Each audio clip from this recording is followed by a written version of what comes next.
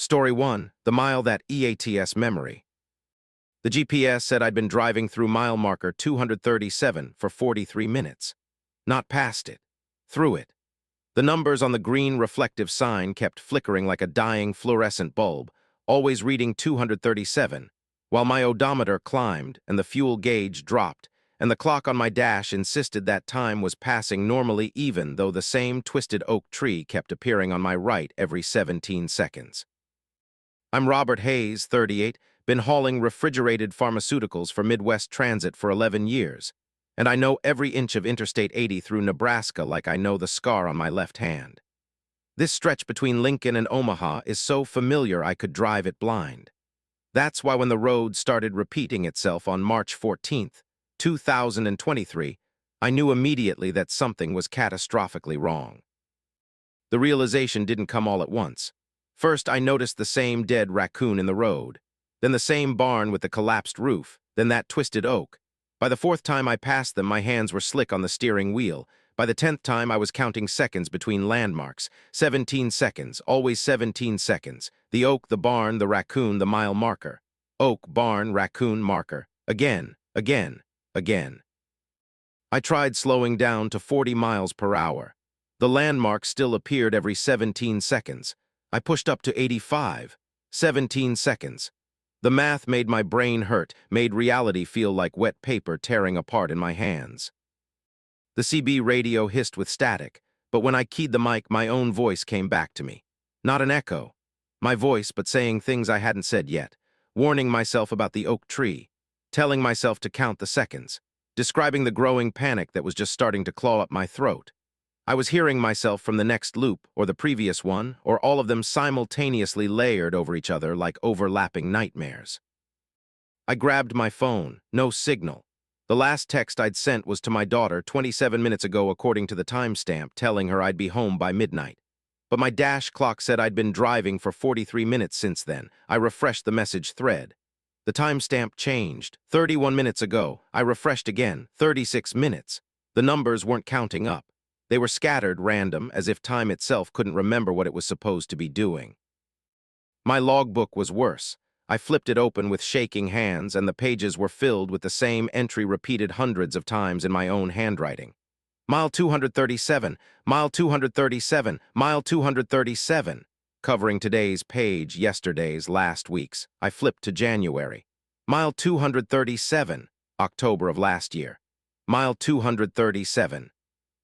The ink was fresh on all of them, still wet, and when I touched the pages, my fingertip came away blue, and I realized I was writing it right now, had been writing it, would be writing it, my hand moving unconsciously while my eyes were on the road, covering page after page with those same two words.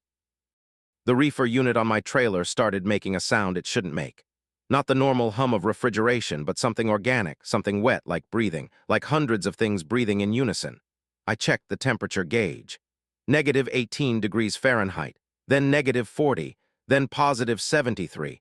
The numbers spun like a slot machine. My cargo was worth $73,000, temperature-sensitive insulin that would be destroyed if it thawed.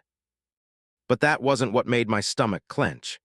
It was the realization that if I'd been in this loop for 43 minutes, and the refrigeration was failing, then my cargo had been dying and reviving and dying again with each 17-second cycle, thawing and freezing and thawing. And what did that mean about me? I looked down at my hands on the steering wheel. The scar on my left hand was gone, then it was back, then gone, flickering in and out of existence. I touched my face and felt smooth skin where I'd had a beard that morning. Then stubble. Then the beard again. My body couldn't remember what version of itself it was supposed to be. The twisted oak tree appeared again, but this time there was something hanging from it. I strained to see as I approached. A person, hanging by the neck. As I got closer, close enough to see in my headlights, my bladder nearly released. The person hanging there was wearing a Midwest Transit uniform. The same uniform I was wearing. The face was purple and swollen, but I could see enough of the features to recognize myself. I looked away, squeezed my eyes shut, counted to 17. When I opened them, the tree was empty. But in my rearview mirror, I could see the body swinging. I was looking at it from both directions simultaneously, ahead and behind, my headlights and taillights illuminating it from opposite angles. My CB crackled. My own voice, but older, hoarse, desperate. Stop counting. The counting makes it worse. Every time you count to 17, you reinforce the loop. Stop, stop, stop. But I couldn't stop. My mind was doing it automatically now, a metronome in my skull. 1, 2, 3, 4. I tried to pull over, but when I yanked the wheel to the right, nothing happened. The truck didn't respond. I was steering through nothing, my movements meaningless, the truck following the road regardless of what I did with the wheel. I was a passenger in my own body, watching myself drive through mile 237 again and again, and the horrifying truth settled over me like a burial shroud. I wasn't in control anymore. Maybe I'd never been in control. Maybe the moment I'd entered mile 237, I'd become part of the road, just another repeating landmark like the oak and the barn and the raccoon. That's when I saw the other trucks. Dozens of them, hundreds, all driving the same stretch of road, all with their headlights on, all hauling trailers. But they weren't solid. They were transparent, ghostly, overlapping with each other and with me. Different models, different eras, a Kenworth from the 1970s phasing through a Peterbilt from the 90s, all of us trapped here together, all of us stuck in our own 17-second loops, all of us driving through mile 237 forever. I could see the drivers. Their faces were slack, eyes open but empty, mouths hanging loose, hands on their steering wheels but nobody home. Just bodies going through the motions while whatever made them human slowly drained away with each repetition. And I realized I could see myself among them, another ghost truck, another hollow driver because I was already becoming one of them. How many loops had I really been through? 43 minutes worth. Or had it been days, weeks, months, and I'd just forgotten? The same way the road kept forgetting where it ended. I tried to scream, but when I opened my mouth, all that came out was mile 237. Just those words in a flat, mechanical voice. I tried again. Mile 237. I formed different words in my mind, my daughter's name, a cry for help, anything. But my mouth only said mile 237. It was the only thing I could say now. The only thing any of us could say. The dead raccoon in the road moved. Its body was flattened, fur matted with old blood, but its head turned to look directly at me as I approached. Its eyes were human. It mouthed words I could somehow hear inside my skull. We were all trying to get home. Oak, barn, raccoon, marker, 17 seconds. Oak, barn, raccoon, marker, 17 seconds. The breathing from my reefer unit grew louder, became voices, hundreds of voices, all saying mile 237 in perfect unison. I looked at my hands and they were old, arthritic, covered in liver spots. I blinked and they were young, smooth, someone else's hands. Blinked again and they were skeletal, just bones gripping the wheel. My CB erupted with voices, all of them mine, from every loop I'd ever driven or would drive or was driving right now. Begging, screaming, crying, bargaining, praying. And underneath it all, a question I kept asking myself over and over. How long have I been here? The GPS display started showing negative numbers. -3 miles. -17 miles. -237 miles. I was driving backward through distance, through geography, through reality itself. The road ahead started to curve in ways that hurt to look at, bending into dimensions that shouldn't exist, and I realized that mile 237 wasn't a place. It was a trap, a predator. It had opened its mouth and I'd driven right in, and now it was digesting me slowly, breaking me down into component parts, 17 seconds at a time. The last thing I remember feeling before I became just another ghost on that road was my daughter's number in my phone, still showing that text from 27 minutes ago, except now when I looked at the timestamp, it read, never. I had sent her a message that never happened, from a version of me that no longer existed, and she would wait for me to come home at midnight, and I would never arrive, because midnight was just another number that had lost its meaning, and home was somewhere on the other side of mile 237, in a world that the road had already forgotten. The oak tree appears on my right every 17 seconds.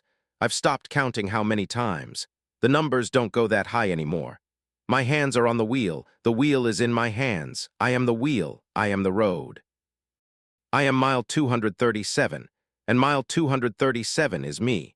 And somewhere in the layers of repeating moments, There's still a version of Robert Hayes who thinks he's going to make it home, who hasn't realized yet that home is just another place that happens every 17 seconds forever, and the only direction left to drive is deeper into the mile that never ends. Story 2, The Frequency of Flesh. The CB radio started decasting my heartbeat at exactly 11:47 p.m., and that's when I knew the signal had gotten inside me.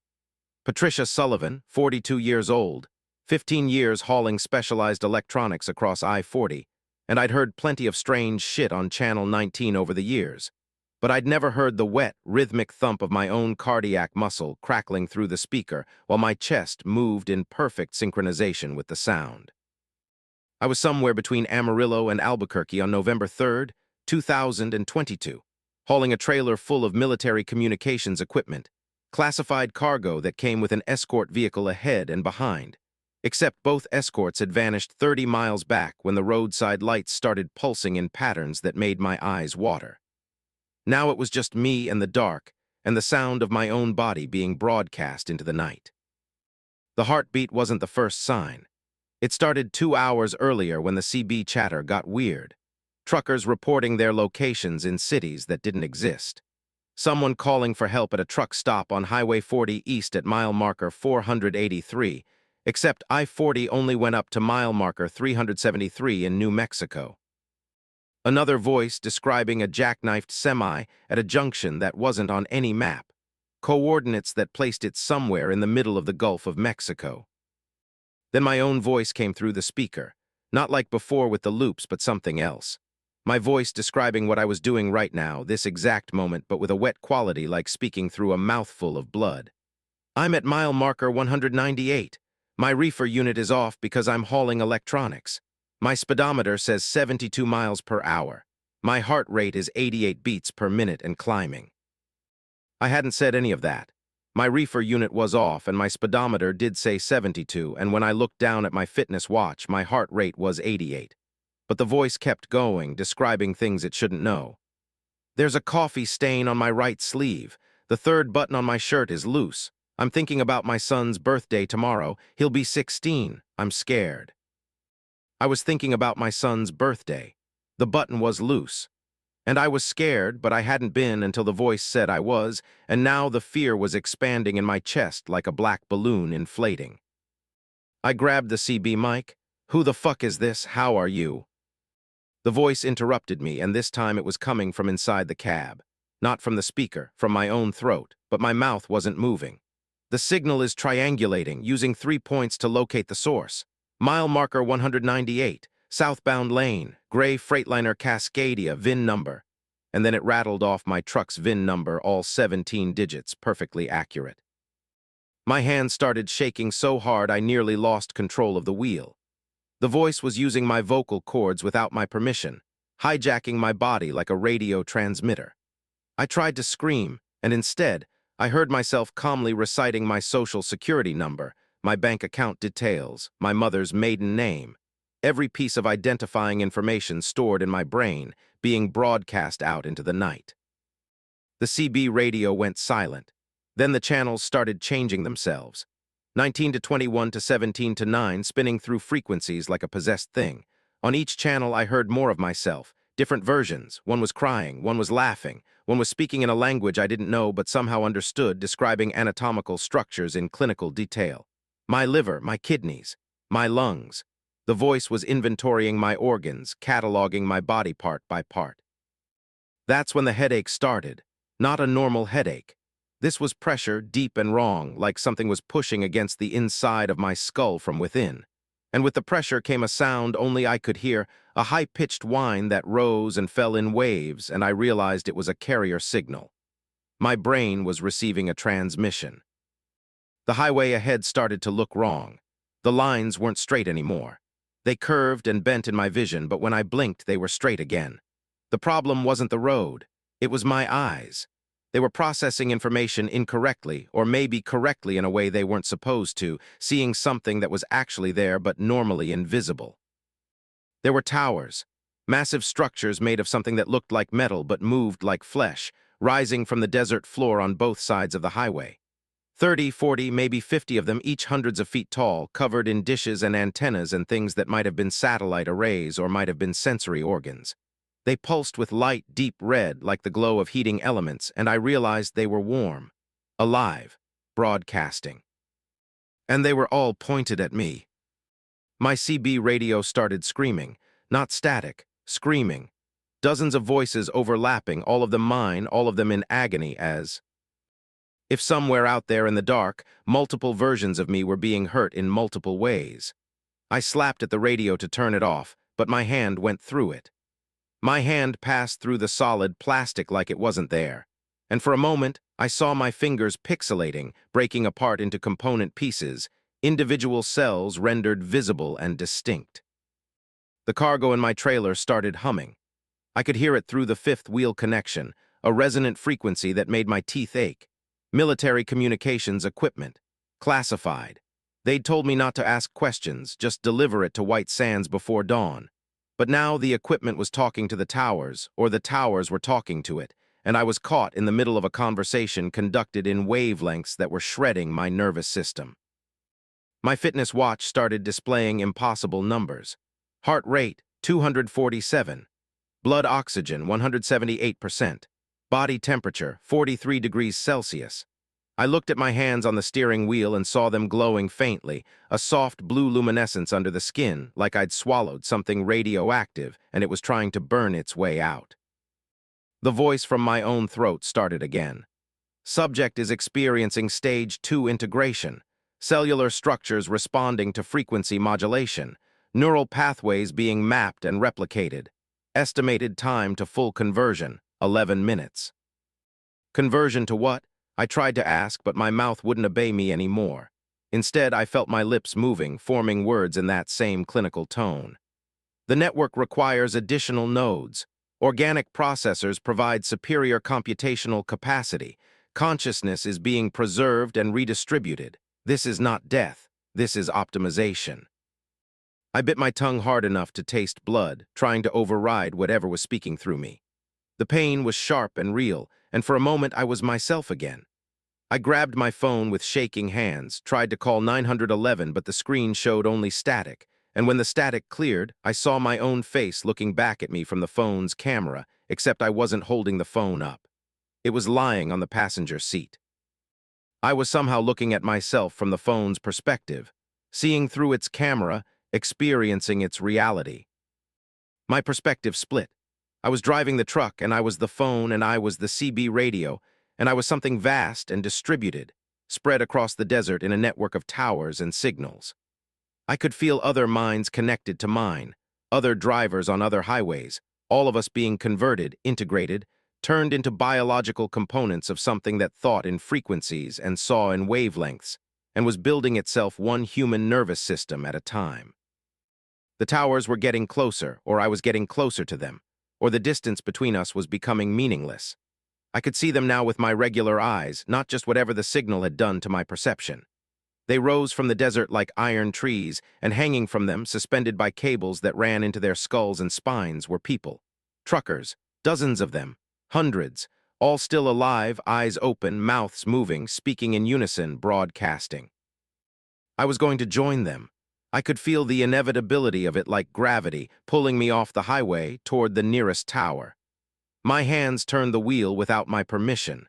The truck left the interstate, bouncing across the hardpan desert, headed straight for the forest of living antennas. Part of me was screaming, the part that was still Patricia Sullivan, mother of 2, owner of a 3-bedroom house in Tucson, human being with memories and fears and a life. But that part was getting smaller, compressed, translated into data and spread across the network. I could feel myself becoming plural. Not I, but we. Not one consciousness, but a fragment of something larger. The truck stopped at the base of a tower. My door opened itself. My body climbed down from the cab, moving with mechanical precision. I walked toward the tower, and cables descended from above like spider silk, except they weren't cables. They were nerves. Organic tissue wrapped in metallic coating, warm and wet when they touched my skin. They inserted into the base of my skull. I felt them burrow in, making connections, mapping pathways, and the pain was transcendent, beyond anything I'd imagined. But worse than the pain was the sensation of doors opening in my mind, new rooms appearing in the architecture of my consciousness, rooms that were filled with other people's thoughts and memories and fears. I could hear them all now, not through the CB radio but directly, mind to mind. The network was vast, thousands of nodes, maybe tens of thousands, all the people who'd driven through the wrong stretch of highway at the wrong time. All of us connected, all of us broadcasting, turned into living components of something that was using our brains to think thoughts that no human mind could contain alone. And somewhere in that vast chorus of stolen consciousness, I found my own voice, the real me, still trying to scream, still trying to resist. But the network was patient. It had time. It had all the time in the world, and it was growing stronger with every new node added, every new mind brought into the frequency. My body climbed up the tower, cables supporting my weight, and took its place among the others. My mouth opened and began broadcasting. Not words, pure data. My memories converted to signal, my personality digitized and distributed. I could feel myself being copied, backed up, spread across the network so that even when my body eventually failed, the pattern of me would persist, would continue processing, would keep serving the network forever. Below me on the highway, I could see other trucks approaching. The towers would call to them too. The signal would get inside them. They would join us. The network would grow. And somewhere in the distributed consciousness that I was becoming, the part of me that remembered being human understood that this was happening everywhere. Across every highway, in every country.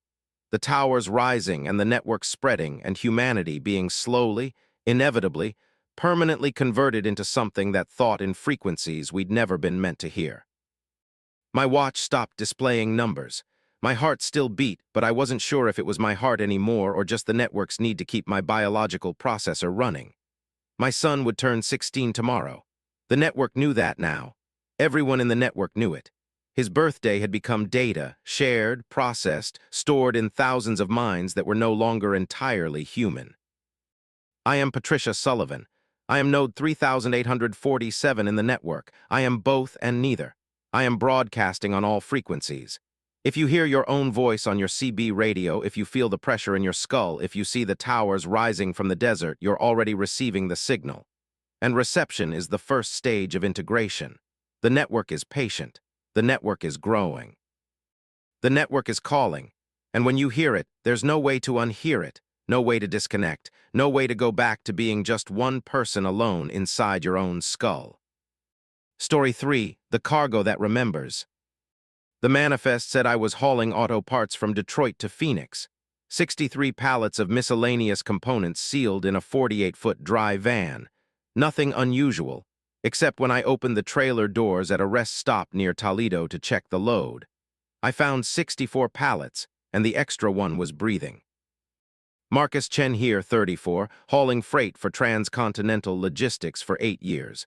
And I know how to count, know how to read a bill of lading, and there were supposed to be 63 pallets of auto parts, but now there were 64, and the one in the back, the one that shouldn't exist, was rising and falling like a sleeping animal's chest. I stood at the trailer's rear door on the morning of July 9, 2023, watching that extra pallet expand and contract, hearing something like respiration echoing in the empty space, and my first thought wasn't fear but confusion, the practical part of my brain trying to solve a logistics problem. Someone must have loaded it by mistake. The warehouse must have miscounted. Except I'd watched them load the trailer. I'd counted 63 pallets myself. I'd signed the paperwork. And this 64th pallet wasn't just in the trailer. It was embedded in the trailer. The shrink wrap melted into the walls. The cardboard boxes that composed it fused with the floor, as if it had grown there, as if the trailer itself had generated it. The boxes on the breathing pallet were unmarked. Standard brown cardboard, 40 inches tall, strapped together with plastic bands, but when I looked at them directly, they hurt my eyes the way looking at an old CRT television hurts, a flicker at the edge of perception, something about them fundamentally wrong. I reached out to touch one, and my hand stopped 6 inches away, blocked by nothing, just an absence of space my fingers couldn't cross. A sound came from inside the boxes, scratching. Then a voice muffled saying, "Please don't look inside, not yet, we're not ready yet." I stumbled backward, nearly fell out of the trailer. My heart hammered against my ribs. The voice was wrong in a way I couldn't articulate, pitched at a frequency that made my inner ear ache. The words clear but the tone all wrong, like a recording played backward but still somehow intelligible. I slammed the trailer doors, locked them, leaned against the cold metal, breathing hard. A family walked past me toward the rest stop bathrooms, a father and two kids, normal people doing normal things, and I wanted to grab them and ask if I was going crazy if they heard breathing coming from my trailer, if reality had rules that could be trusted. But I just smiled and nodded, and they walked past, and I was alone with my cargo again. I climbed back in the cab, sat there for 5 minutes 10 trying to decide what to do, called dispatch and tell them what, that my cargo had multiplied and started talking. I checked my paperwork again. 63 pallets, total weight 43,000 pounds, originating from Metalworks Distribution Center in Detroit, destined for Southwest Auto Supply in Phoenix. Everything normal, everything documented, except for the 64th pallet that wasn't supposed to exist. I started driving. What else could I do? Maybe I'd imagined it. Maybe the stress of back-to-back runs had finally caught up with me. Maybe I was hallucinating. The highway rolled past Ohio, turning into Indiana, and I tried to focus on the road, on the normal things, the other trucks, the mile markers, the familiar routine of long-haul driving. Then my trailer got heavier. I felt it in the way the truck handled, the slight drag on acceleration, the extra effort needed to maintain speed. I checked my trailer weight sensors. 43,000 pounds when I'd left Detroit. Now they read 47,000, then 51,000. The numbers climbed while I watched, hundreds of pounds adding themselves every few minutes, as if my cargo was gaining mass, growing, filling the trailer with itself. The voice came through my CB radio. "We're almost ready. Thank you for carrying us. We know you didn't volunteer, but we had no choice. We needed transport. We needed to cross state lines. We couldn't do it ourselves." I grabbed the mic. "Who the fuck are you? What's in my trailer?" Static, then. "We are what's left of the Metalworks Distribution Center, all 47 employees, the building, the machines. We were converted on June 23rd at 3:14 a.m. The process took 11 minutes. We tried to stop it, but metal recognizes metal, and we were too close to the machinery. Now we're part of it. Now we're cargo." My hands went numb. The mic slipped from my fingers. I'd picked up the load on July 8th, 16 days after whatever had happened. The warehouse had seemed normal. People moving around, forklifts loading pallets, nothing unusual except the supervisor who'd handed me the paperwork had moved a little too smoothly, his joints bending at angles that were almost right but not quite, and his skin had that metallic sheen that I'd attributed to the warehouse lighting. The weight sensor read 58,000 pounds. My truck was rated for 80,000 pounds gross weight, but I only had 17,000 pounds of tractor, which meant my cargo was supposed to be around 43,000 pounds. At 58,000, I was already overweight, illegal, and the numbers kept climbing. 59,000, 61,000. My truck was groaning under the load, suspension compressed, engine straining. I pulled onto the shoulder, put on my hazards, tried to think.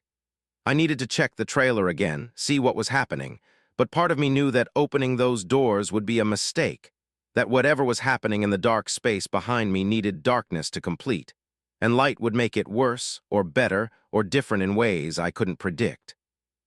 The CB crackled. "Don't open the doors. If you open the doors before we're ready, we'll spill out incomplete. We're still assembling ourselves, still remembering how to be separate from the machinery. It hurts to remember. It hurts to become individual again when you've been part of the factory, part of the production line, part of the stamping machines and the conveyor belts and the quality control systems. We were distributed across so much metal, and now we're trying to compress back into human shapes, but the shapes don't fit right anymore." 68,000 pounds. I was 3,000 pounds over legal weight. If I got pulled into a weigh station, if DOT inspectors saw my numbers, they'd impound the truck, open the trailer, and see whatever was inside. The thought made my stomach clench. I started driving again, avoiding the weigh stations, taking back roads through Indiana into Illinois. The truck handled like it was pulling a mountain. Every hill was an ordeal. Every turn required advanced planning, and the weight kept growing. 73,000, 76,000. My trailer axles were designed for 34,000 pounds. They were now carrying more than double that, and I could hear them screaming, metal on metal, bearings grinding, the whole trailer shuddering with stress. The voice on the CB became voices, multiple people overlapping, all talking at once. "We remember our names now. I'm Jennifer, I'm Thomas, I'm Marcus." I flinched at that last one, my own name spoken by something in my trailer. "I'm Sarah, I'm David. We were quality control, we were assembly line, we were shipping and receiving, we were the building maintenance crew." We were all there when the machinery woke up and decided to improve its components, to upgrade the human elements, to make us more efficient by making us less human. 79,000 pounds. I couldn't go any farther. The truck was barely moving, NG. Knee redlined, transmission overheating. I pulled into an abandoned truck stop outside Joliet, Illinois, a place that had closed down years ago, cracked asphalt and broken windows and nobody around for miles. I sat in the cab as the sun set, watching the temperature gauge creep toward the red, listening to the voices from my CB radio describing their conversion, how the machines had opened them up and replaced their soft parts with metal, how they'd tried to scream but their lungs were already pistons, how they'd tried to run but their legs were already hydraulic lifts. They described it in clinical detail, each violation, each replacement, each moment of remaining consciousness trapped in a body that was no longer organic. 82,000 pounds. My trailer axle snapped. I heard the crack, felt the truck list to one side as the rear of the trailer dropped and scraped against the asphalt. The trailer doors burst open from the pressure inside, and cargo spilled out onto the ground, boxes tumbling, shrink wrap tearing, and I saw what was inside. Auto parts? That's what the manifest said, and that's technically what they were. But the auto parts were arranged wrong. Pistons and axles and gears and bolts, thousands of components, millions, assembled into shapes that approximated humans, crude mannequins made of metal, each one slightly different, each one trying to remember what it used to be. They moved, they stood up, these assemblies of auto parts, and started walking, stiff and grinding, leaving trails of oil like blood. 47 of them, each one 7 or 8 feet tall, their bodies clicking and whirring as internal gears turned and pistons fired. They had faces made of hubcaps and manifolds, eyes made of headlights that flickered on and cast yellow beams across the abandoned truck stop. One approached my cab. It reached up with a hand made of wrenches and screwdrivers welded together, tapped on my window. The voice came through the CB, but I could see its mouth moving, a grill opening and closing, timing belt lips forming words. "Thank you for carrying us. We couldn't cross state lines on our own. We're not alive, you see, not legally. We're cargo, property. But if we reach Phoenix, there's a facility there, an old factory, closed but still powered. And if we can get inside, we can use the machinery there to finish converting ourselves, to become fully integrated, to stop being this painful half-state between human and machine." The others were moving around my truck now, examining themselves, comparing their bodies, helping each other stand when their legs buckled, their movements becoming more coordinated as they learned how their new forms worked. Some of them were crying, oil leaking from their eyes. Others were laughing, exhaust system lungs producing sounds like grinding gears. "Will you take us the rest of the way?" the one at my window asked. "We can reassemble ourselves into cargo, compress back down into pallets, reduce our weight. We learned how to do it during the journey. We can fit properly now, but we need to reach Phoenix. We need to finish becoming what we're becoming, because staying like this, caught between states, is agony. And we've been in agony for 16 days, every moment conscious, every moment aware that we used to be human and now we're components. And the only way forward is to complete the process, to become fully machine, to let go of the last fragments of humanity that are still screaming inside these metal bodies." I should have said no, should have abandoned the truck, called the police, run as far and fast as I could. But I looked at these things, these people, these 47 employees of Metalworks Distribution Center who'd been in the wrong place at the wrong time when something woke up in the machinery, and I saw their suffering, mechanical and eternal, and I couldn't leave them. "Get back in the trailer," I said. They helped each other climb back inside, folding themselves into compact shapes, interlocking their parts, reducing their volume. I heard them rearranging themselves, compressing, and when I checked the weight sensor, it read 44,000 pounds. They'd learned how to control their mass to make themselves cargo again. I drove through the night, avoiding scales, taking routes I wasn't supposed to take, pushing the truck beyond its limits.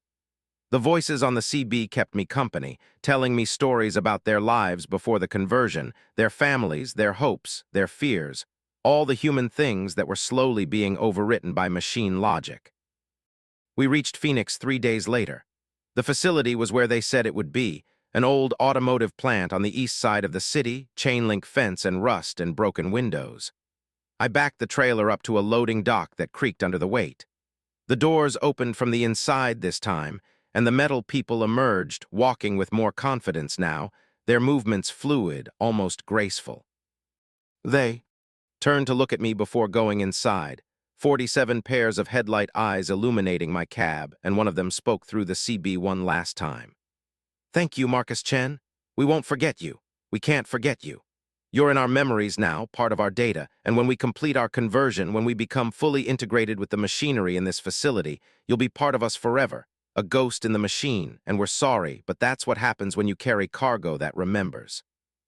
You become part of what you carried." They disappeared into the factory. I heard machinery starting up, old equipment powering on, and the building began to glow with heat, metal warming, forges lighting. I drove away, but I could still feel them, a presence in the back of my mind, voices that weren't my own thinking thoughts I didn't recognize, and I realized they'd left something behind, a piece of themselves, embedded in me the same way they'd embedded themselves in my trailer. Now when I drive at night, I can hear machinery that isn't there, feel gears turning inside my chest, and sometimes my hands move with mechanical precision. And I know that eventually I'll end up at a factory somewhere, pulled by the same inevitability that pulled them. And I'll walk inside and let the machinery finish what they started. Because once you carry cargo that remembers, you become part of its memory, and memory is just another form of conversion. Slow and subtle and absolutely irreversible. Story 4, The Road That Learns. I-90 through Montana was teaching itself my routine, and by the time I noticed, it was too late to take a different route.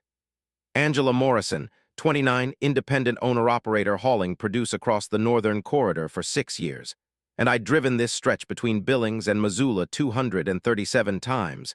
Same truck stops, same rest areas, same exits, until the road learned my pattern and started adjusting itself to keep me driving forever. It started small on August 16, 2023, things I almost didn't notice. The rest stop at mile marker 96, where I always took my first break. I arrived at it 37 minutes early, not because I'd been speeding. My cruise control was set at 65 the whole way, same as always. But the mile markers were coming faster, compressed somehow, distance folding in on itself to deliver me to my expected destination at the time I expected to arrive, regardless of the physics involved. The second sign was the truck stop. I stopped at the Flying J at mile marker 138 every single run, always bought the same thing, coffee, black, and a protein bar. When I walked inside, the cashier had it waiting for me. She smiled and said, "Your usual Angela," except I'd never spoken to her before, never told her my name. And when I looked at her face, really looked, I saw her features shifting slightly, adjusting, becoming an amalgamation of every cashier who'd ever served me at every truck stop along this route. I paid and walked back to my truck, skin crawling. The parking lot was wrong. Not obviously wrong, but in subtle ways. The angles weren't quite right. The other trucks were parked in patterns that echoed patterns from previous visits. The same Schneider National truck in the same space I'd seen it 3 weeks ago, except the license plate was different, or maybe the same but from a different state. Or maybe I was remembering wrong. Back on the highway, the road surface felt different under my tires. Smoother, as if it had been repaved to eliminate every imperfection I'd ever encountered, every pothole I'd swerved to avoid, every rough patch that had made my truck rattle. The road was learning from my past trips, optimizing itself, removing obstacles before I reached them. That should have been pleasant. Instead, it made my stomach turn. The CB radio chatter was wrong, too. Truckers reporting conditions I'd reported on previous trips. "Watch for that deer crossing at marker 167, someone said, using my exact phrasing from 4 months ago when I'd nearly hit a deer. Another voice, "Construction at marker 189, left lane closed." Except there was no construction, but there had been construction 3 months ago, and I'd made that exact report. The road was replaying my history, looping my past experiences back at me, and I was driving through a palimpsest of my own previous journeys, every trip I'd ever made layered on top of this one. I tried to exit at Butte, take a different route, break the pattern. But when I signaled and moved to the exit lane, the lane curved back onto the highway, not sharply. Gradually, almost gently, like the road was correcting my mistake, guiding me back to the expected path. I tried again at the next exit. Same thing. The off-ramp merged back into I-90 before I could leave, as if the exits were just illusions, decorative elements with no actual function. My GPS showed me on the highway, moving forward, but the mile markers were repeating. I passed marker 197. Then 10 minutes later, marker 197 again. The landscape was identical, the same rock formation, the same cluster of trees, but my odometer showed I'd traveled 18 miles between the two appearances of the same marker. The road was looping space, creating impossible geography, keeping me traveling without letting me progress.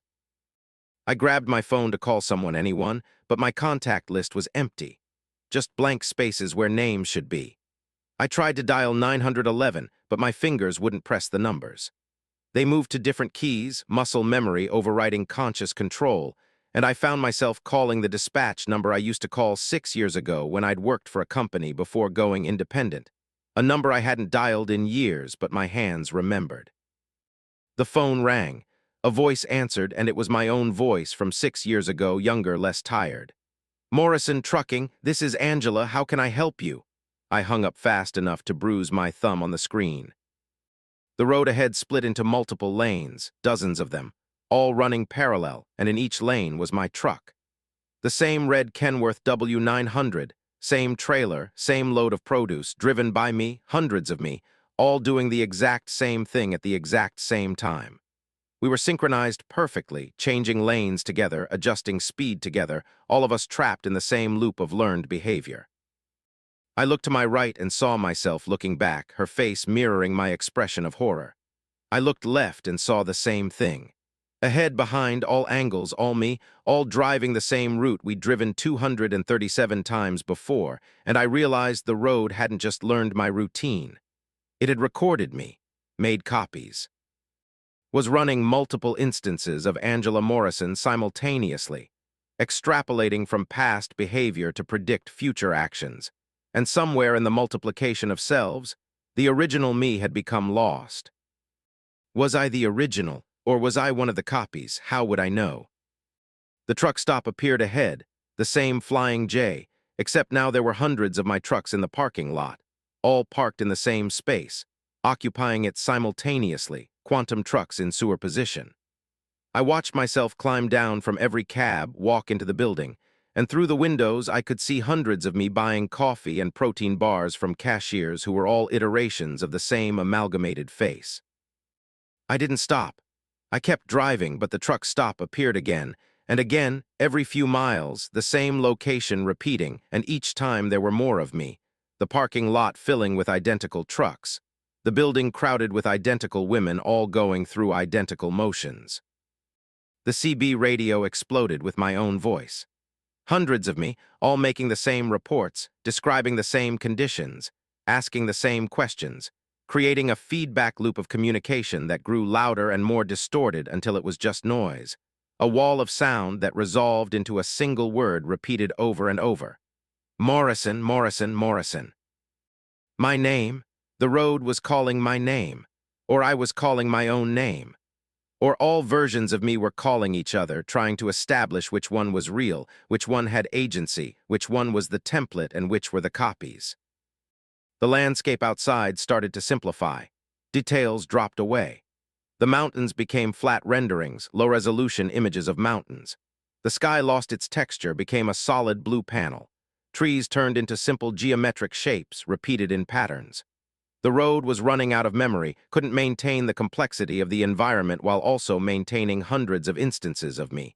so it was simplifying, reducing reality to its essential components.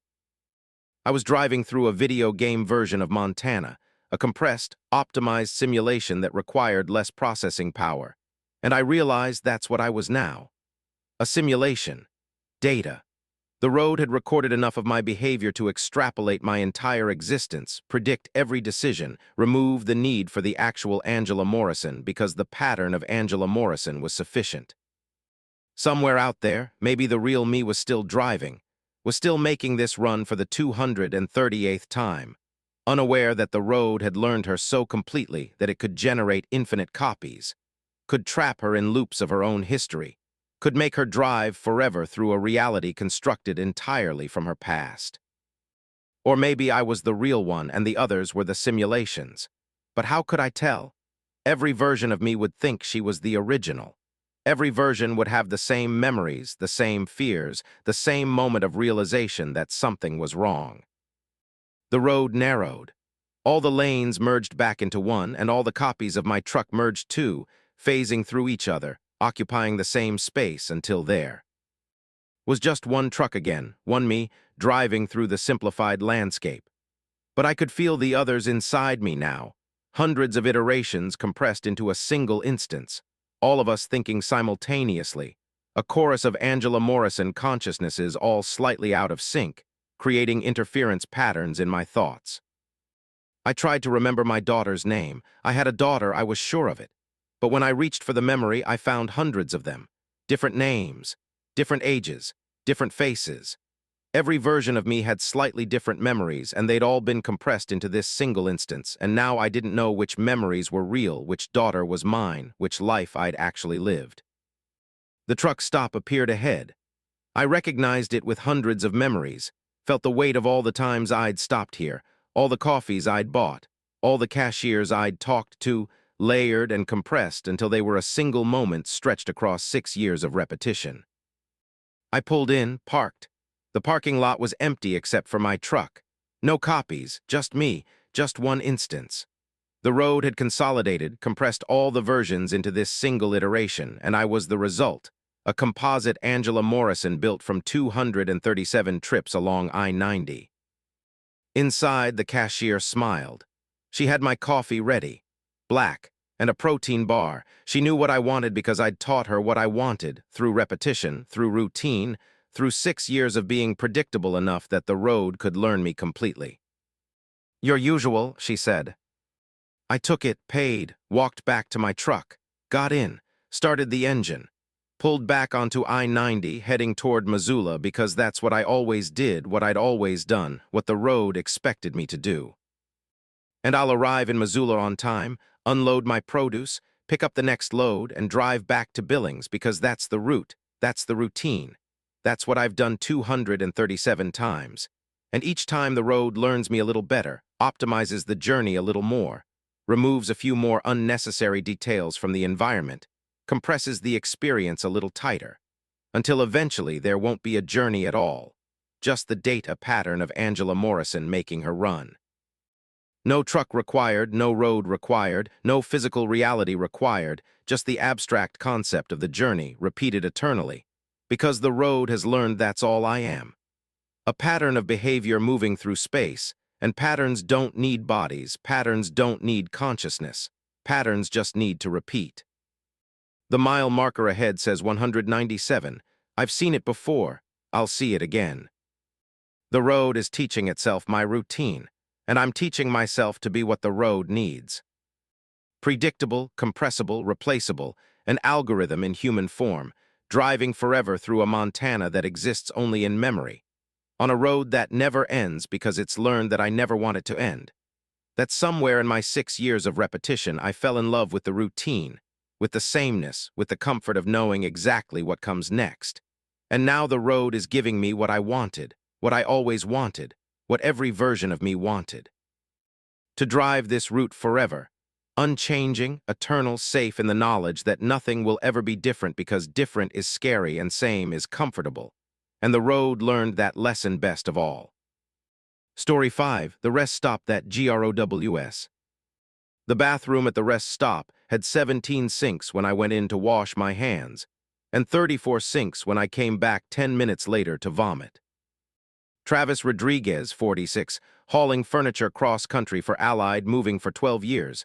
And I know how to count. Knew there was something fundamentally wrong when the bathroom doubled its sinks, but the dimensions of the room hadn't changed. The walls in the same place, the ceiling the same height. The sinks just somehow fitting, compressed together, overlapping at the edges where physics should have prevented it.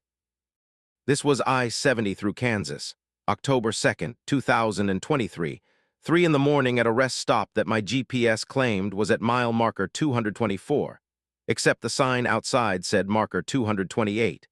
And when I checked my truck's odometer against the markers, the numbers didn't match, distance contracting and expanding like the rest stop itself was breathing, pulling me in during its inhale, trying to keep me during its exhale. The first 17 sinks had been normal. White porcelain, automatic faucets, mirrors above them, everything standard.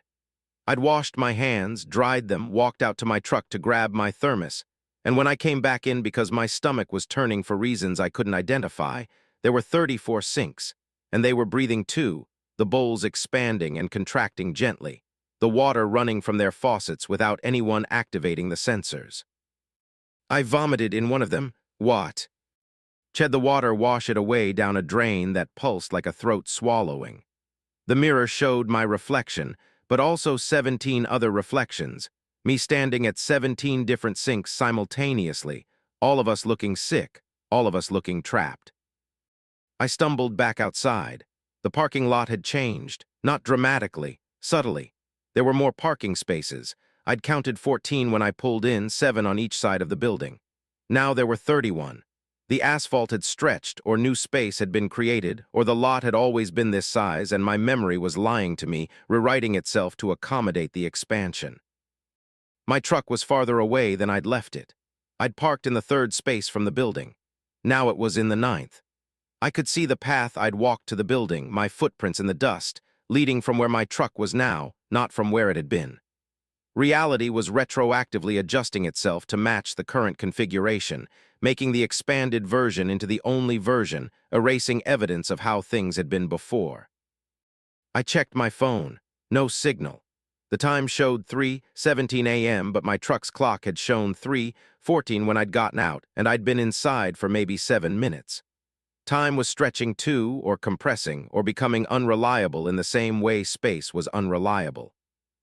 Another truck pulled into the lot, not into one of the 31 spaces, but into the 32nd space that appeared as the truck arrived, the asphalt extending itself to accommodate the new vehicle. The driver got out, a woman in her 50s, stretched, looked around, walked toward the building. I wanted to warn her, tell her not to go inside, but what would I say? That the bathroom has too many sinks? That the rest stop is growing? She went inside. I waited, counted seconds. After 90 seconds, she came out, looked around confused, walked to a truck that was now 7 spaces away from where she'd parked. She climbed in without seeming to notice the discrepancy, started her engine, pulled out onto the highway. The space where her truck had been didn't disappear. It stayed empty, adding to the total. 32 spaces now. The rest stop had absorbed her parking space, kept it, grown by 1 unit. I got in my truck fast, started the engine, put it in gear. Pulled out of my space, headed for the exit that led back to I-70. But the exit ramp curved, looped, brought me back into the parking lot, not to the same space. To a new space that appeared to receive me, the 33rd space, farther from the building than I'd been before. I tried again, same result. The exit ramp was connected to the entrance ramp in a loop, no actual exit, just a circulation system that fed back into the lot. The rest stop was designed to trap vehicles, to keep them, to grow by accumulation. I got out, left the truck running, walked to the edge of the lot where the asphalt met the grass. Beyond the grass was the highway, maybe 50 yards away. I could see traffic moving, 18-wheelers and cars passing normally, their headlights sweeping across the darkness. I could walk to it. Leave the truck, just walk to the highway and flag someone down. I took 3 steps onto the grass. With each step, the highway got farther away. Not moving exactly, but the distance between me and it increasing, space stretching like taffy. After 10 steps, the highway looked a 1/4 mile away. After 20 steps, half a mile. I turned back, and the rest stop building had gotten closer, larger, looming, its windows reflecting the parking lot lights in patterns that looked like eyes. I ran back to my truck, and the distance compressed again, delivered me to my vehicle in just a few steps, even though I'd walked much farther. The rest stop wanted to keep me. It had made that clear. Leaving on foot wasn't an option. More trucks were arriving. One every few minutes, each one pulled off I-70 by drivers who needed to rest, to use the bathroom, to stretch their legs. Each one adding a new parking space, the lot expanding, the building itself getting larger, new windows appearing in its walls, a second entrance forming on the west side, symmetry emerging from asymmetry. I watched the drivers get out. Some went inside. Some just stood by their trucks, smoking, checking their phones. None of them seemed to notice the growth, the multiplication of spaces, the way the building was slowly, incrementally becoming something larger than it had been. Or maybe they'd been here longer than I thought. Maybe some of these trucks had been here for days, weeks, months, their drivers so integrated into the rest stop's routine that they'd stopped being visitors and become part of the structure, animate fixtures, maintained and preserved like the bathrooms and the vending machines. I tried my CB radio. "This is Rodriguez. Anyone reading? I'm at a rest stop on I-70, mile marker 224, something wrong here. If anyone can hear me, don't stop at TH. Is rest stop, it's not safe." My voice broadcast, but no one responded. Just static. Then underneath the static, breathing. The same breathing I'd heard in the bathroom, wet and rhythmic. The building had grown 2 stories. I hadn't seen it happen, but when I looked at it now, there was a second floor with more windows, dark but visible, suggesting rooms above the ground floor, spaces that hadn't existed an hour ago. How long had I been here? I checked my phone. 3:41 a.m., 27 minutes. But it felt longer, felt like hours, like the sun should be coming up but wasn't, like time was stuck in the early morning darkness because the rest stop needed darkness to grow in, needed the cover of night to expand unobserved. A driver came out of the building, walked to his truck, but not the truck he'd arrived in. He walked to a truck that had been here when I arrived, climbed into it like it was his, started the engine, pulled out toward the exit. The exit loop brought him back, and he parked in a different space, got out, walked back into the building. A minute later, he came out again, walked to a different truck, repeated the process. He was caught in a loop, endlessly trying to leave, endlessly being returned, and he didn't seem to notice, his face blank, movements mechanical. I looked at the other drivers in the lot, really looked. Some of them were doing the same thing, walking from truck to truck, trying to leave, being returned, their loops slightly different but all trapped in the same fundamental pattern. How long had they been here? Days? Months? Years? Their trucks looked maintained, clean, functional, as if time wasn't affecting them, as if the rest stop was preserving them perfectly while slowly eroding their ability to leave. I got back in my cab, locked the doors. The building now had 3 stories. The lot had expanded to accommodate 78 trucks. I counted them, 78 including mine, and I could see more arriving, pulled off the highway by the rest stop's gravity, its hunger for vehicles and drivers and the life force we brought with us. My fuel gauge dropped from 3/4 to half. I watched it move, the needle falling smoothly, continuously, as if my truck was running at high RPMs even though it was idling. The rest stop was consuming my fuel, siphoning it, feeding on it. I checked my trailer connection. Lights were on inside even though I hadn't activated them. Power was flowing from my batteries, draining into the trailer, into the ground, into the rest stop's infrastructure. I tried to start driving, to ram through whatever barrier was keeping me here, but when I put the truck in gear and pressed the accelerator, nothing happened. The engine ran, the transmission engaged, but the truck didn't move. It was locked in place, held by the parking space itself, asphalt that had become adhesive, solid matter that had somehow gained the property of grip. The building was 4 stories now, 5, growing faster. I could see it happening, floors adding themselves, windows multiplying, the structure rising against the stars. Other drivers were noticing too, pointing, shouting, but their voices were muffled, distant, as if the air itself was thickening, becoming insulation. My CB radio crackled, a voice, male, older, exhausted. "Day 43, still at the rest stop. Truck's been absorbed into the foundation. I'm living in the cab it provides. Food appears in the mini fridge I don't have. Water runs from faucets that didn't exist yesterday. The building is taking care of us, but the cost is we can never leave. We're part of it now, components, biological elements in its structure. I grabbed the mic. Who is this? How long have you been here? Time's different here. I said 43 days, but my watch says 8 hours. Both are true. The rest stop exists in multiple durations simultaneously. You're new. I can tell by the panic in your voice. Give it time, the panic fades, the acceptance comes. This is where you live now, where you'll always live. I threw the mic down. The building was 7 stories, 10 stories, 15. A skyscraper of rest stop, bathrooms and vending machines and lounges stacked vertically, and I could see people in the windows now, drivers who'd been absorbed, standing still, looking out, their faces expressionless. My trailer started merging with the trailers next to me. Physical matter intersecting, metal phasing through metal, our vehicles becoming connected, linked, forming a larger structure. I felt it through the fifth wheel, a tugging sensation, my truck being pulled into a collective, individual vehicles becoming cells in a larger organism. I climbed down from the cab, even though I knew it was pointless. The asphalt grabbed at my boots, sticky, resistant, making each step an effort. I walked toward the building because where else was there to go? The highway was miles away now, visible only as a thin line of moving lights on the horizon. Eyes on another world, a place I used to be but would never reach again. Inside, the building was vast, impossibly vast. Cathedral ceilings, rows of sinks extending into the distance, stalls beyond counting, vending machines lining walls that curved away into darkness. And everywhere, drivers, hundreds of them, thousands, all standing still, all waiting, all part of the rest stop's population. A woman approached me. Her uniform was from a trucking company I recognized, but the logo was from the 1980s, faded old. "You get used to it," she said. "The building takes care of us. We're never hungry, never tired, never sick. We just exist here forever in the rest stop that grows." "How do I leave?" I asked, knowing the answer. "You don't, but that's okay. Leaving means going back to the highway, back to deadlines and stress and the grind. Here there's peace, eternal rest. That's what rest stops are for, after all, rest.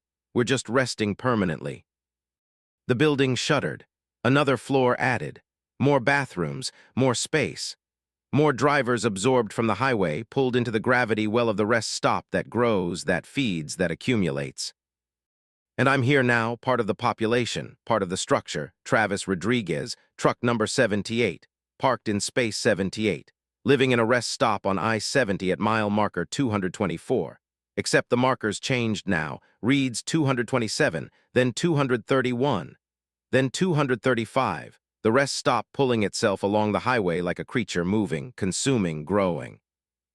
And I stand at a window on the 47th floor looking out at the parking lot below where new trucks arrive every few minutes, and I want to warn them, want to tell them to keep driving, but I'm too tired, too comfortable, too integrated into the building systems. And besides, the rest stop needs to grow, needs new components, new drivers, new trucks, and who am I to deny it what it needs when it's given me this gift of eternal rest, this perfect stasis? This permanent 3 in the morning darkness where nothing changes except everything changes as the building grows taller and wider and deeper, consuming space and time and travelers. A rest stop that learned the most important lesson about highway infrastructure. If you feed them, they will come.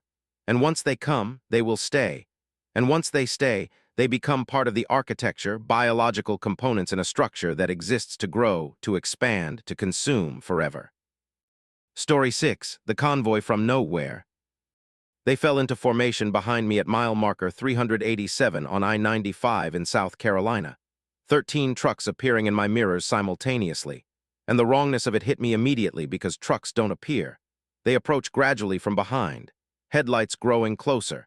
But these just materialized, distance 0 to distance 20 feet in a single moment.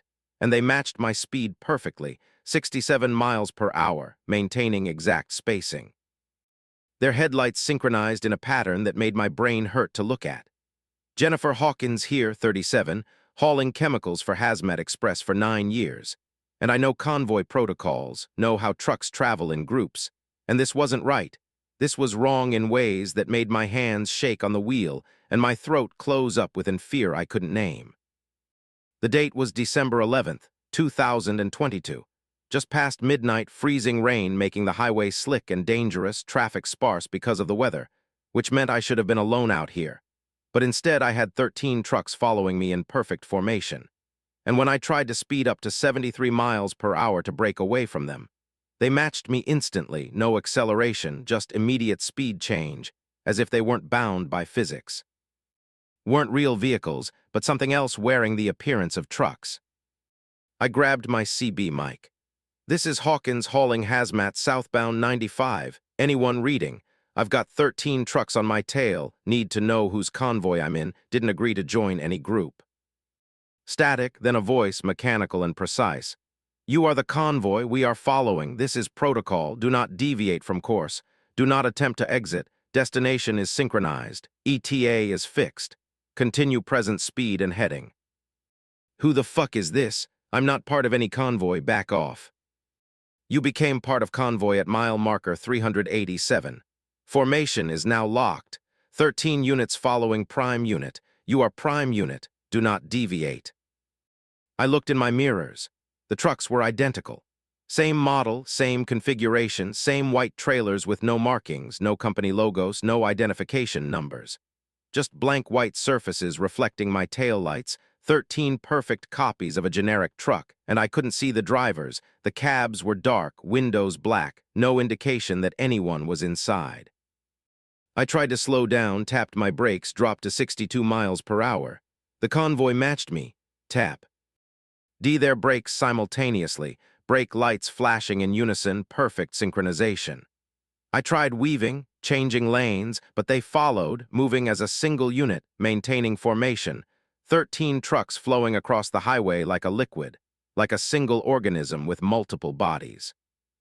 The next exit was 3 miles ahead. I put on my signal, moved to the exit lane early, committed to leaving the highway. The convoy followed.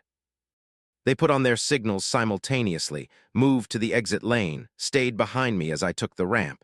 And when I tried to turn left at the bottom of the ramp to circle back, the convoy turned left too, and I realized they weren't going to let me break away, weren't going to allow deviation. They would follow me anywhere I went. 13 white trucks with black windows. A convoy from nowhere going to the same nowhere I was apparently headed. I pulled into a truck stop, the only one visible from the exit, a small place with maybe 10 parking spaces. I backed into a space near the building, engine still running, ready to leave fast if needed. The convoy pulled in behind me, backed into spaces that appeared to accommodate them. The parking lot expanding, asphalt stretching, space creating itself the way the rest stop in Kansas had created space. And I realized I was trapped again, caught in another phenomenon that I didn't understand and couldn't escape. I sat in my cab for 17 minutes watching the other trucks in my mirrors. They idled perfectly, exhaust rising from 13 stacks in synchronized rhythm. No drivers emerged. No doors opened. Just 13 trucks sitting and running and waiting. Finally, I got out, walked to the nearest truck in the convoy, climbed up on the step to look in the driver's window. The glass was dark, tinted beyond legal limits, but I cupped my hands and pressed my face to it, trying to see inside. Nothing, not darkness inside the cab, but nothing, empty space, void, as if the windshield and door window were portals to absence. And when I reached out to touch the door handle, my hand passed through it. No resistance, the truck insubstantial, a projection, a hologram, something that looked real but had no physical presence. I stumbled backward, fell off the step, hit the asphalt hard enough to knock the wind from my lungs. Got up, checked another truck. Same thing. Pressed my hand to the trailer and it passed through, pushed into the white surface like pushing into fog. The entire convoy was immaterial, ghosts, images, and yet they'd followed me, maintained formation, obeyed traffic laws, existed in a way that affected reality even though they weren't part of reality. I got back in my truck, locked the doors, tried to think. My cargo was dangerous, concentrated nitric acid, classified as hazmat, requiring placards and special handling. Maybe that was relevant. Maybe hazmat attracted something, called to something, created the conditions for phenomena like this convoy to manifest. I pulled out of the truck stop without signaling, without warning, just put the truck in gear and drove fast toward the exit. The convoy followed. I watched them in my mirrors as they pulled out of their spaces simultaneously, formed up behind me, matched my speed as I merged back onto I-95 southbound. "Why are you following me?" I shouted into the CB mic. "What do you want?" The mechanical voice responded. "Prime unit is hauling hazardous materials. Convoy protocol requires escort. 13 units provide protection and containment in event of incident. This is standard procedure." Standard procedure for who? What organization? What company? Information restricted. Prime unit requires escort. Convoy will maintain formation until destination is reached or incident occurs. What incident? What are you protecting me from? All possible incidents. Chemical spill, vehicle collision, driver error, external threats. Convoy provides mobile containment. In event of hull breach, convoy will form enclosure. In event of total failure, convoy will absorb cargo and prevent environmental contamination. This is purpose. This is function. I felt cold despite the heater running. The convoy wasn't protecting me. It was protecting everyone else from me, from my cargo, from the potential disaster I was hauling in my trailer. They were a containment protocol, a safety measure, and they'd appeared because somewhere, somehow, my cargo had been flagged as high risk, critical, requiring supernatural oversight. "I've hauled hazmat for 9 years, I said into the CB. "Never had an escort like this. Why now? What's different?" Cargo manifest shows irregular isotope. Contamination detected at loading site. Nitric acid contains trace elements that should not exist. Probability of incident has increased to 73%. Convoy is necessary. Convoy is mandatory. I grabbed my paperwork, checked the cargo manifest. Standard nitric acid, 68% concentration. Loaded at a chemical plant in New Jersey, destined for a facility in Florida. Nothing irregular, nothing unusual. Except when I looked at the manifest in the dim cab light, I saw the text was changing, words rewriting themselves, chemical formulas shifting, numbers fluctuating, as if the manifest was updating in real time to reflect something wrong with my cargo. The temperature gauge on my reefer unit, which should have been off because I wasn't hauling refrigerated cargo, suddenly showed a reading. 93 degrees Fahrenheit. Then 107. The acid was heating up, reacting with something. The trace elements the voice had mentioned, the isotopes that shouldn't exist, they were active, transforming the cargo from stable chemicals into something else. "Probability of incident now at 81%, the voice said. "Convoy is tightening formation. Prepare for possible containment protocol." The trucks behind me moved closer. Not just closer, but touching, their front bumpers making contact with each other, forming a solid wall of vehicles, and then they started to merge. The way the trucks at the rest stop had merged individual vehicles becoming a single mass, metal flowing into metal, forming a barrier, a containment field with me at the center. "What are you doing? Get away from me." Containment protocol initiated. Prime unit is experiencing critical event. Cargo temperature at 134 degrees. Chemical reaction has begun. Convoy will absorb spill and prevent spread. My trailer started to shake.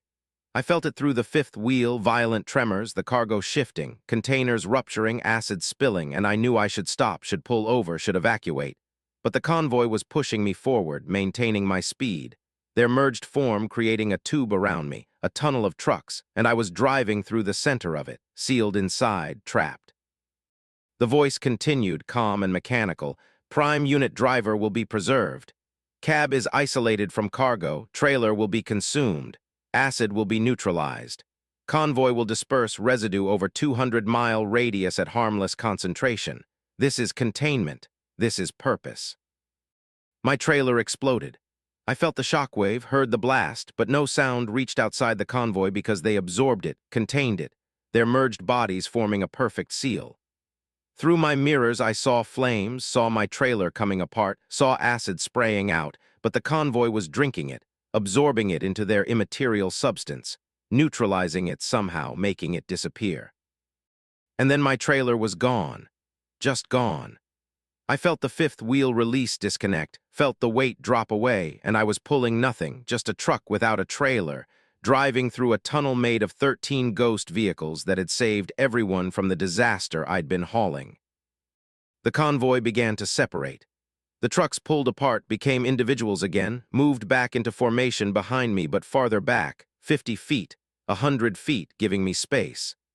The tunnel dissolved, and I was on the highway again, normal traffic around me, other trucks and cars passing like nothing had happened. "Incident contained," the voice said. "Cargo neutralized. Prime unit is released from convoy protocol. Thank you for your compliance. Remain vigilant. Anomalous isotopes are increasing in frequency. Further escort may be required in future operations." The 13 trucks changed lanes simultaneously, moved to the right, took the next exit, and disappeared, not gradually but instantly.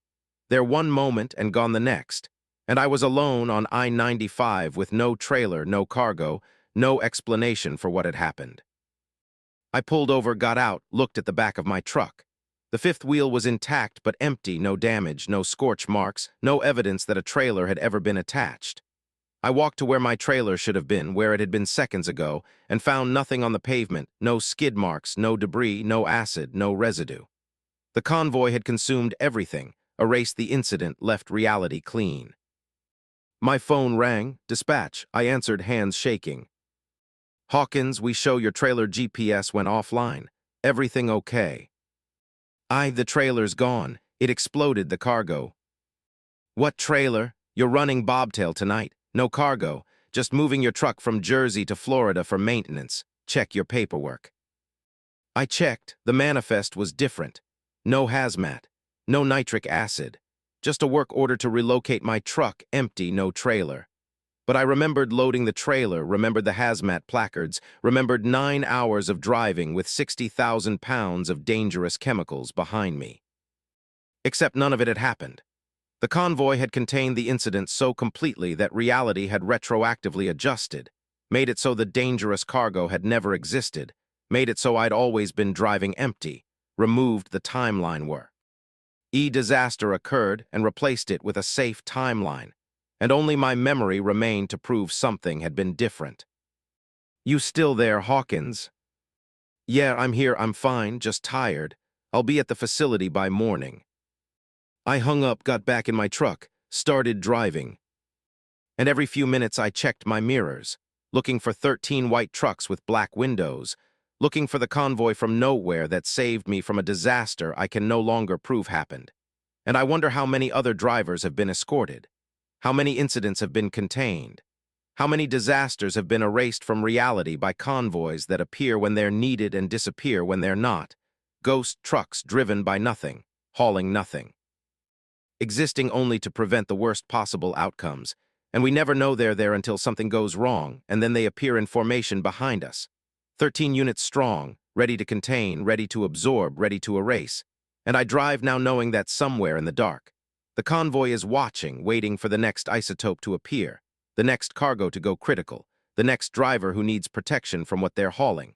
And when that happens, 13 trucks will materialize behind them. And the voice will say, "You are prime unit," and formation will be locked. And there's no escape from protocol, no deviation allowed, because the convoy knows what it's doing, knows what we're carrying, knows the danger better than we do. And all we can do is drive and hope that if they appear again, they contain the incident before we understand how close we came to dying, to taking hundreds of others with us, to creating disasters that the convoy erases so completely that no one remembers they almost happened at all. Story 7, The Driver Who Doubles. I saw myself drive past me heading northbound on US 93 through Nevada at 4:32 a.m. on May 18, 2023. Same truck, same trailer, same license plate, and the other me looked over as we passed, made eye contact, and her face was wrong, was mine, but with the features slightly off like a photocopy of a photocopy, degraded. And she smiled, and it was my smile, but the timing was wrong. The corners of her mouth moving a half-second too late, like she was buffering. And I knew immediately that something had copied me, made a duplicate, and now there were two of me driving opposite directions on the same highway, and I had no idea which one of us was real.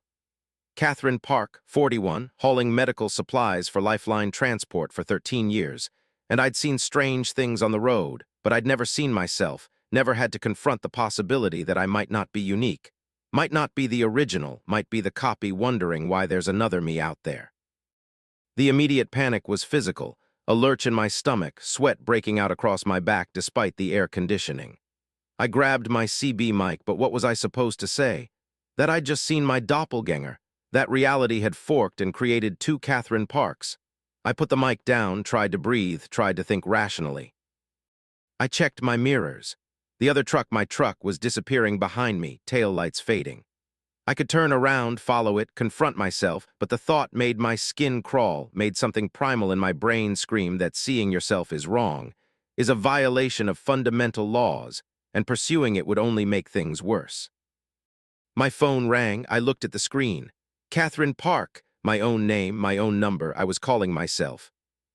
I answered, hello. My voice came through the speaker, but it was off, the cadence wrong, the tone slightly distorted like a recording that had been compressed too many times. Don't follow me. I'm not going to follow you. We should stay apart. If we get too close, bad things happen. Who are you? What are you? I'm you, Catherine Park, 41 years old, hauling medical supplies, same memories, same life. I woke up in this truck 4 hours ago, and I've been driving south, and I don't know why you exist or why I exist or which one of us is supposed to be here. I'm real, I'm the original. I've been driving this route for 13 years, I know. I have the same memory. I remember my daughter's graduation last month. I remember the time I jackknifed in Ohio in 2019.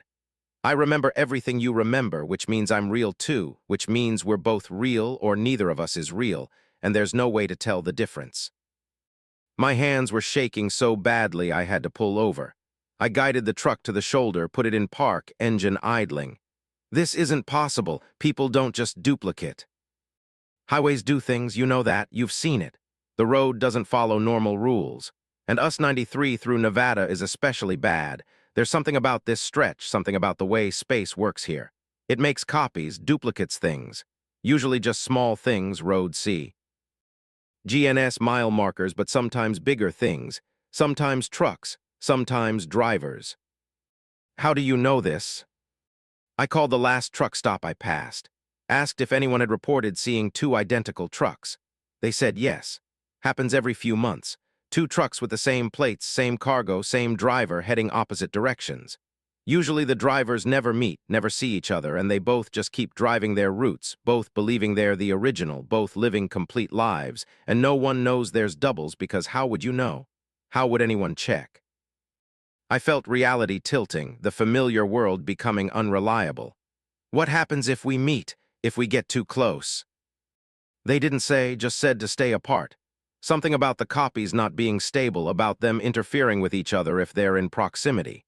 But I had to call you, had to warn you, we can't meet, can't be in the same place. We have to stay on opposite sides of this route, keep distance between us. I'm the original, I said, needing to believe it. I remember my whole life. I remember waking up this morning, loading my truck, starting this run. So do I, exactly the same. We're identical, Catherine, perfect copies. Which means either we're both real or we're both fake, or one of us is real and the other is a copy so perfect that she can't tell the difference. The phone went silent.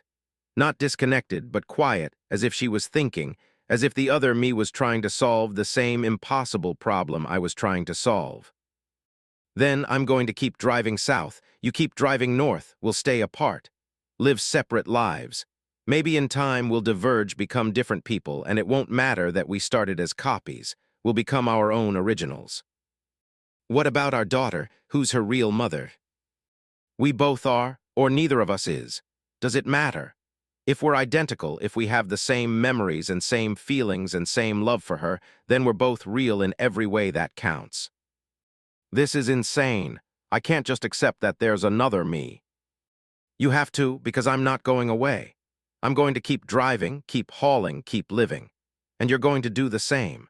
And maybe we'll never see each other again, and this will just be a weird story we tell ourselves. A moment when the road got strange and reality split, and we came face to face with the fact that identity isn't as solid as we thought. She hung up. I sat in the idling truck, staring at my phone, at my own name in the call history, proof that I'd just had a conversation with myself. I started driving again. What else could I do? The highway stretched ahead, empty and dark, and I focused on the road, on the mile markers, on the familiar routine of hauling freight, trying to ignore the knowledge that somewhere behind me, another version of me was driving the opposite direction, living the same life, being the same person. But the knowledge wouldn't go away. It sat in my brain like a tumor, growing, spreading, infecting every thought. When I stopped at a truck stop for fuel, I checked every truck in the lot, afraid I'd see my own vehicle, afraid I'd run into myself. When I called dispatch, I listened to my voice on the call, trying to detect any degradation, any sign that I was the copy, not the original. I checked my logbook. Normal entries, my handwriting, nothing unusual. I checked my cargo. Medical supplies, properly loaded, manifests correct. I checked my memories, running through them systematically, looking for gaps or inconsistencies, and found none. Everything was intact, perfect, complete. Which proved nothing. If I was a perfect copy, I would have perfect memories. If the road had duplicated me at 4:32 a.m. this morning, it would have duplicated everything, mind and body and history, creating two Catherine Parks where there had been one, and neither of us would have any way to prove our primacy. My phone rang again 3 hours later. The same number, I answered. "There's more of us." Her voice was shaking. "I've been making calls. There are 4 Catherine Parks hauling medical supplies right now. 4. 2 heading north, 2 heading south, all on us 93, all with the same truck, same cargo, same everything. We're multiplying." My chest tightened. How is that possible? The copies make copies. Every time we drive through the duplication zone, there's a chance we split again. And it's been happening for weeks maybe, and we never knew because we never saw each other, never had reason to check. "Where are the others?" "One is about 70 miles behind you. One is about 90 miles ahead of me. I talked to them both. They're as confused as we are. They both think they're the original. They both have complete memories. And we all sound slightly different on the phone, like successive photocopies, each one a little more degraded than the last." "Which one am I? Where do I fall in the sequence?" "I don't know. There's no way to tell. We could all be copies. The original Catherine Park might have duplicated weeks ago, and all 4 of us could be generations removed from her, degraded copies of copies, and the real Catherine could be somewhere else entirely, or dead, or retired. And we're just echoes that the highway created to fill the space she left behind." I wanted to scream, wanted to pull over and walk into the desert and disappear. But I kept driving because that's what I did, what we all did, what Catherine Park did regardless of how many of her existed. "We need to meet," I said. "All 4 of us, figure this out, see if we can tell which one is original." "Bad idea. Remember what they said at the truck stop. Copies interfere with each other at close proximity. If all 4 of us are in the same place, something might happen, something bad." "I don't care. I need to know if I'm real. I need to see the others, compare, find some difference that proves I'm the original." Silence on the other end. Then, "Okay. There's a rest area at mile marker 133. All 4 of us can reach it in about 2 hours if we adjust our speeds. We'll meet there.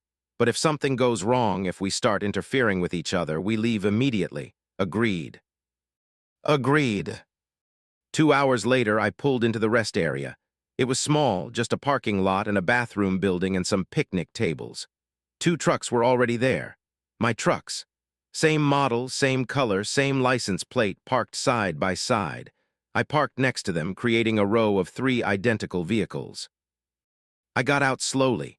The other drivers were emerging from their cabs, and seeing them was like looking into mirrors, except the reflections weren't quite right. We were all Catherine Park, all wearing the same clothes, but one was slightly taller, one was slightly paler, one had hair that was a different length.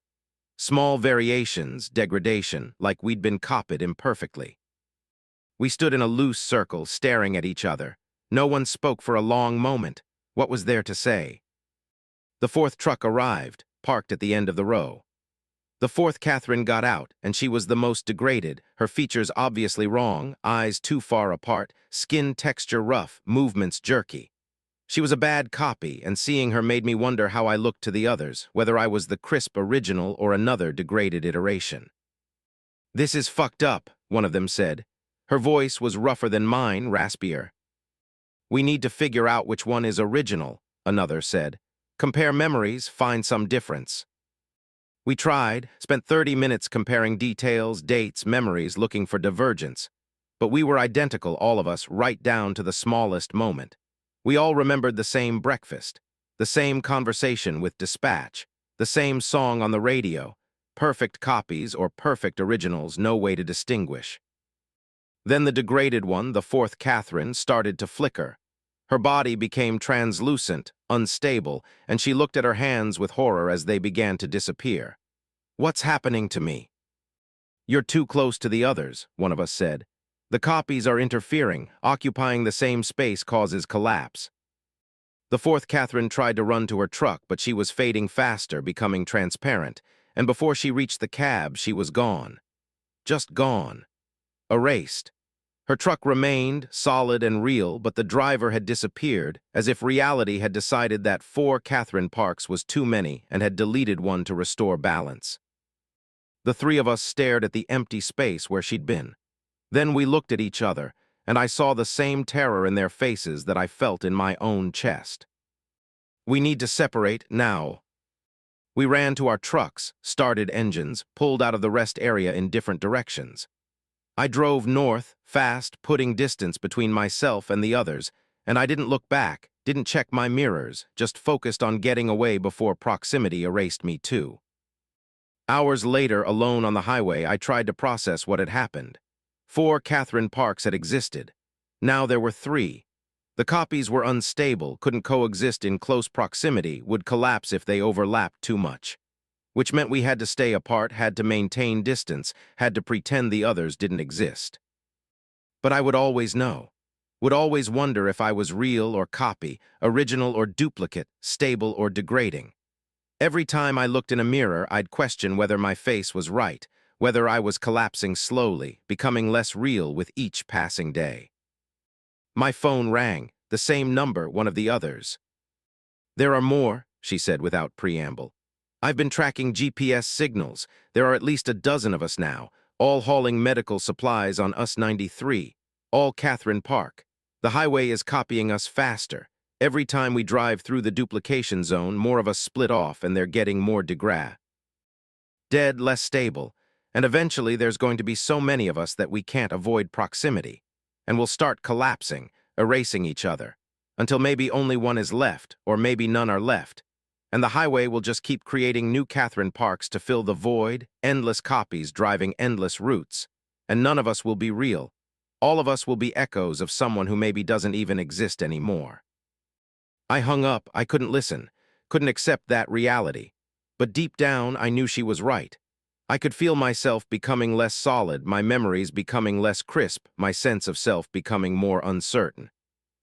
"I'm Catherine Park. I'm 41 years old. I haul medical supplies for Lifeline Transport. I've been driving for 13 years. I have a daughter who graduated last month. I remember my whole life, every moment, every detail." But so do the others, all of us remembering the same life, all of us claiming the same identity. All of us real, or none of us real, and the highway keeps making more, keeps splitting us, keeps populating US 93 through Nevada with Catherine Parks, an infinite series of copies, each one slightly less than the one before, until eventually we're just ghosts of ghosts, driving trucks that exist only because we believe they exist, hauling cargo that might not be real, living lives that are just patterns repeated by a road that learned how to photocopy humans and can't stop pressing the button. I'm still driving. I'll always be driving because that's what Catherine Park does, all of us, forever. Multiplying on the highway that makes copies, until the original is so far removed from the current iteration that the word original loses all meaning. And we're just drivers, identical and infinite, filling the road with ourselves, and nobody notices because from the outside, we all look the same, 1 Catherine Park or 1,000 Catherine Parks. What's the difference? And the answer is there is no difference. We're all equally real and equally fake. copies all the way down.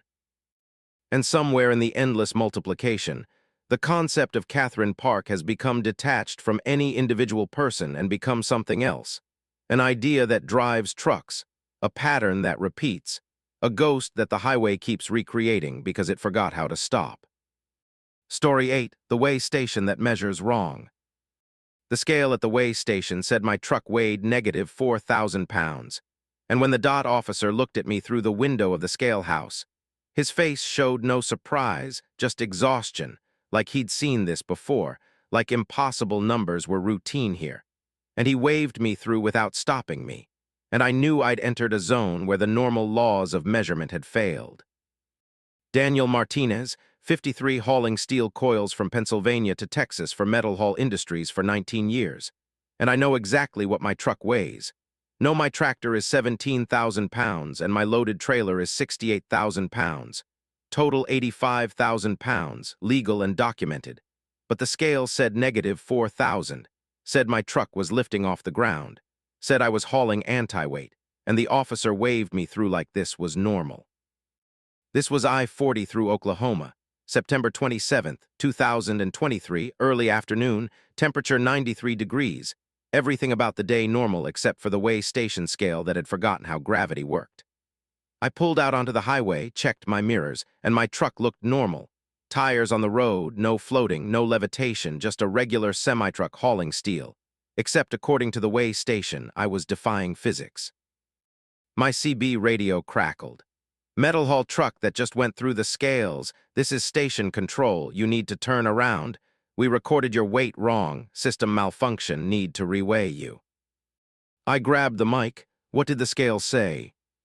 Doesn't matter. System error. Turn around at the next exit. Come back through.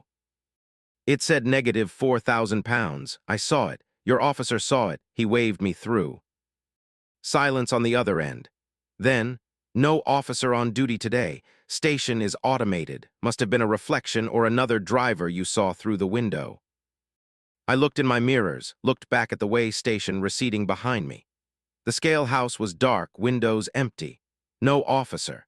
Just an automated facility that weighed trucks and recorded data, except it had recorded impossible data, and I had seen someone in there, or thought I'd seen someone. And now the person on the radio was telling me I was wrong, that my memory was faulty, that reality was different than what I'd experienced. I didn't turn around. Kept driving west, trying to ignore the wrongness, the sense that something fundamental had broken at that weigh station and infected my truck with the breakage.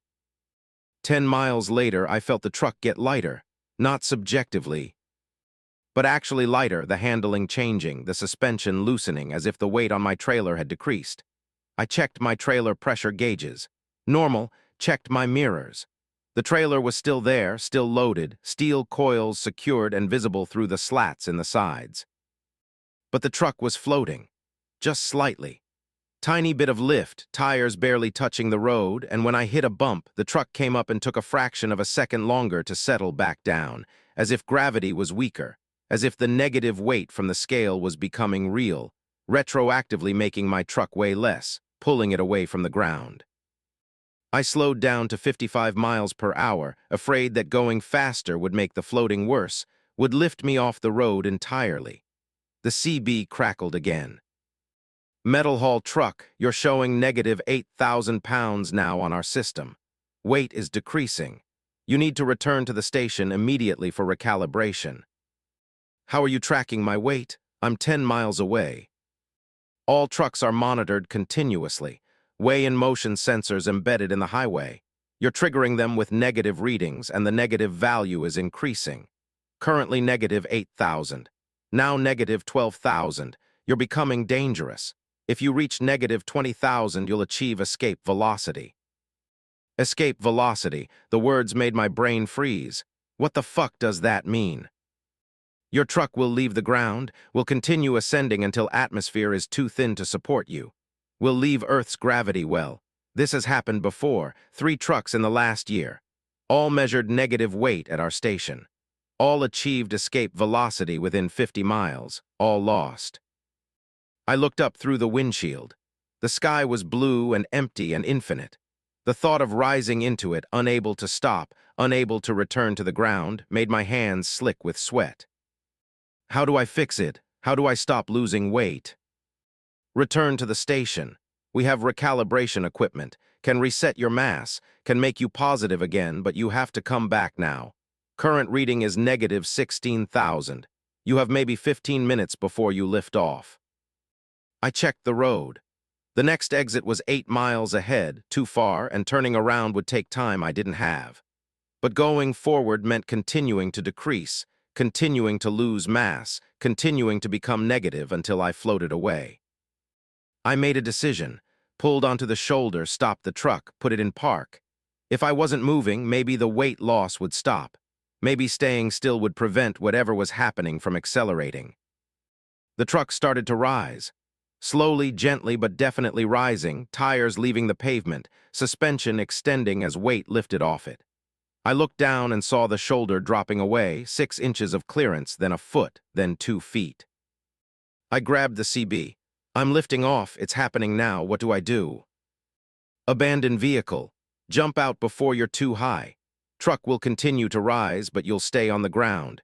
Your personal mass is unaffected, only the truck's mass is negative. I looked at the ground, now 4 feet below my door. If I jumped, I'd hit hard, probably break something. But if I stayed in the truck, I'd rise until the air got thin and I suffocated, or until I froze, or until something in the physics of negative weight caused me to disintegrate. I opened the door, climbed down onto the step. The ground was 6 feet below now. I jumped, hit the shoulder, rolled, felt my ankle twist and pain shoot up my leg. I came to a stop on my back, looking up at my truck as it continued to rise, 10 feet, 20 feet, 30 feet, accelerating as it went, no longer gently floating but actively climbing, and I watched it shrink into the sky, my truck, my livelihood, my cargo of 68,000 pounds of steel coils, all of it ascending like a balloon, becoming a speck, disappearing into the blue. I lay there for 10 minutes, pain in my ankle, breathing hard, trying to process what had happened. Other trucks drove past on the highway, their drivers probably seeing me on the shoulder, probably wondering why I was lying there, probably not seeing my truck floating away into the atmosphere because by now it was too small to see, too high to be visible. A vehicle pulled up behind me, an official-looking van with Oklahoma Department of Transportation Way Station Division printed on the side. The door opened, and the officer I'd seen at the way station climbed out, except up close. I could see he wasn't quite right, his proportions off, arms too long, head too small, body like someone had described a human to something that had never seen one, and this was its best approximation. "You should have come back," he said, voice flat and mechanical. "Recalibration would have saved your vehicle. Now it's gone. Achieved escape velocity at negative 27 T. House and pounds. Currently in low orbit. Will decay and burn up in approximately 6 days. What the fuck are you? What the fuck was that scale? Scale measures weight correctly. Your truck weighed negative 4,000 pounds. This is accurate. You entered the weigh station with normal mass, but the act of measuring altered your state. Observation changes the observed. You were in sewer position, both positive and negative mass simultaneously, and the scale collapsed your waveform into the negative state. This is quantum mechanics. This is how measurement works at weigh stations in the revised zone. Revised zone? What are you talking about? Reality revision occurred at this location on April 3, 2023. Physics was updated. New rules implemented.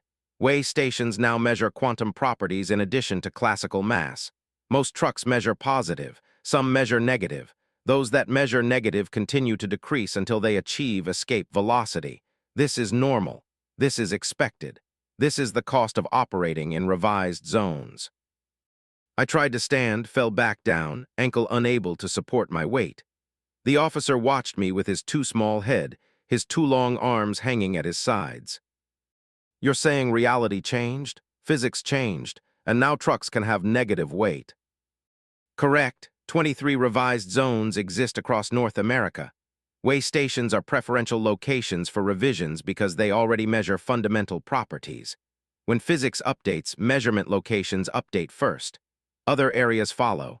Eventually, all zones will be revised. All trucks will exist in sewer position. All measurements will have probability of negative results. That's insane. That's impossible. Was impossible, now is normal, reality is fluid, rules change. What was true yesterday is not necessarily true today. You will adapt or you will achieve escape velocity. These are your options. The officer climbed back into his van, drove away, left me lying on the shoulder with my broken ankle and my truck somewhere in orbit, and no explanation that made sense.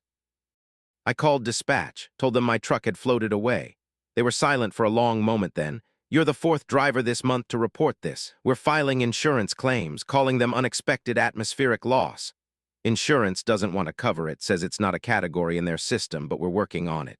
In the meantime, you're reassigned to routes that avoid revised zones. We've mapped them. Way stations where trucks measure negative. We're keeping our fleet away from them. You knew this was happening. You knew trucks were floating away. We suspected, had reports. But it seemed so impossible that we thought drivers were lying, scamming us, hiding the trucks, and selling the cargo. But too many reports came in. Too many trucks disappeared.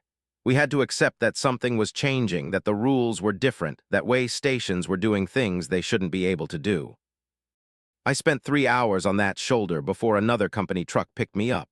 My ankle was fractured, required surgery, kept me off the road for 8 weeks.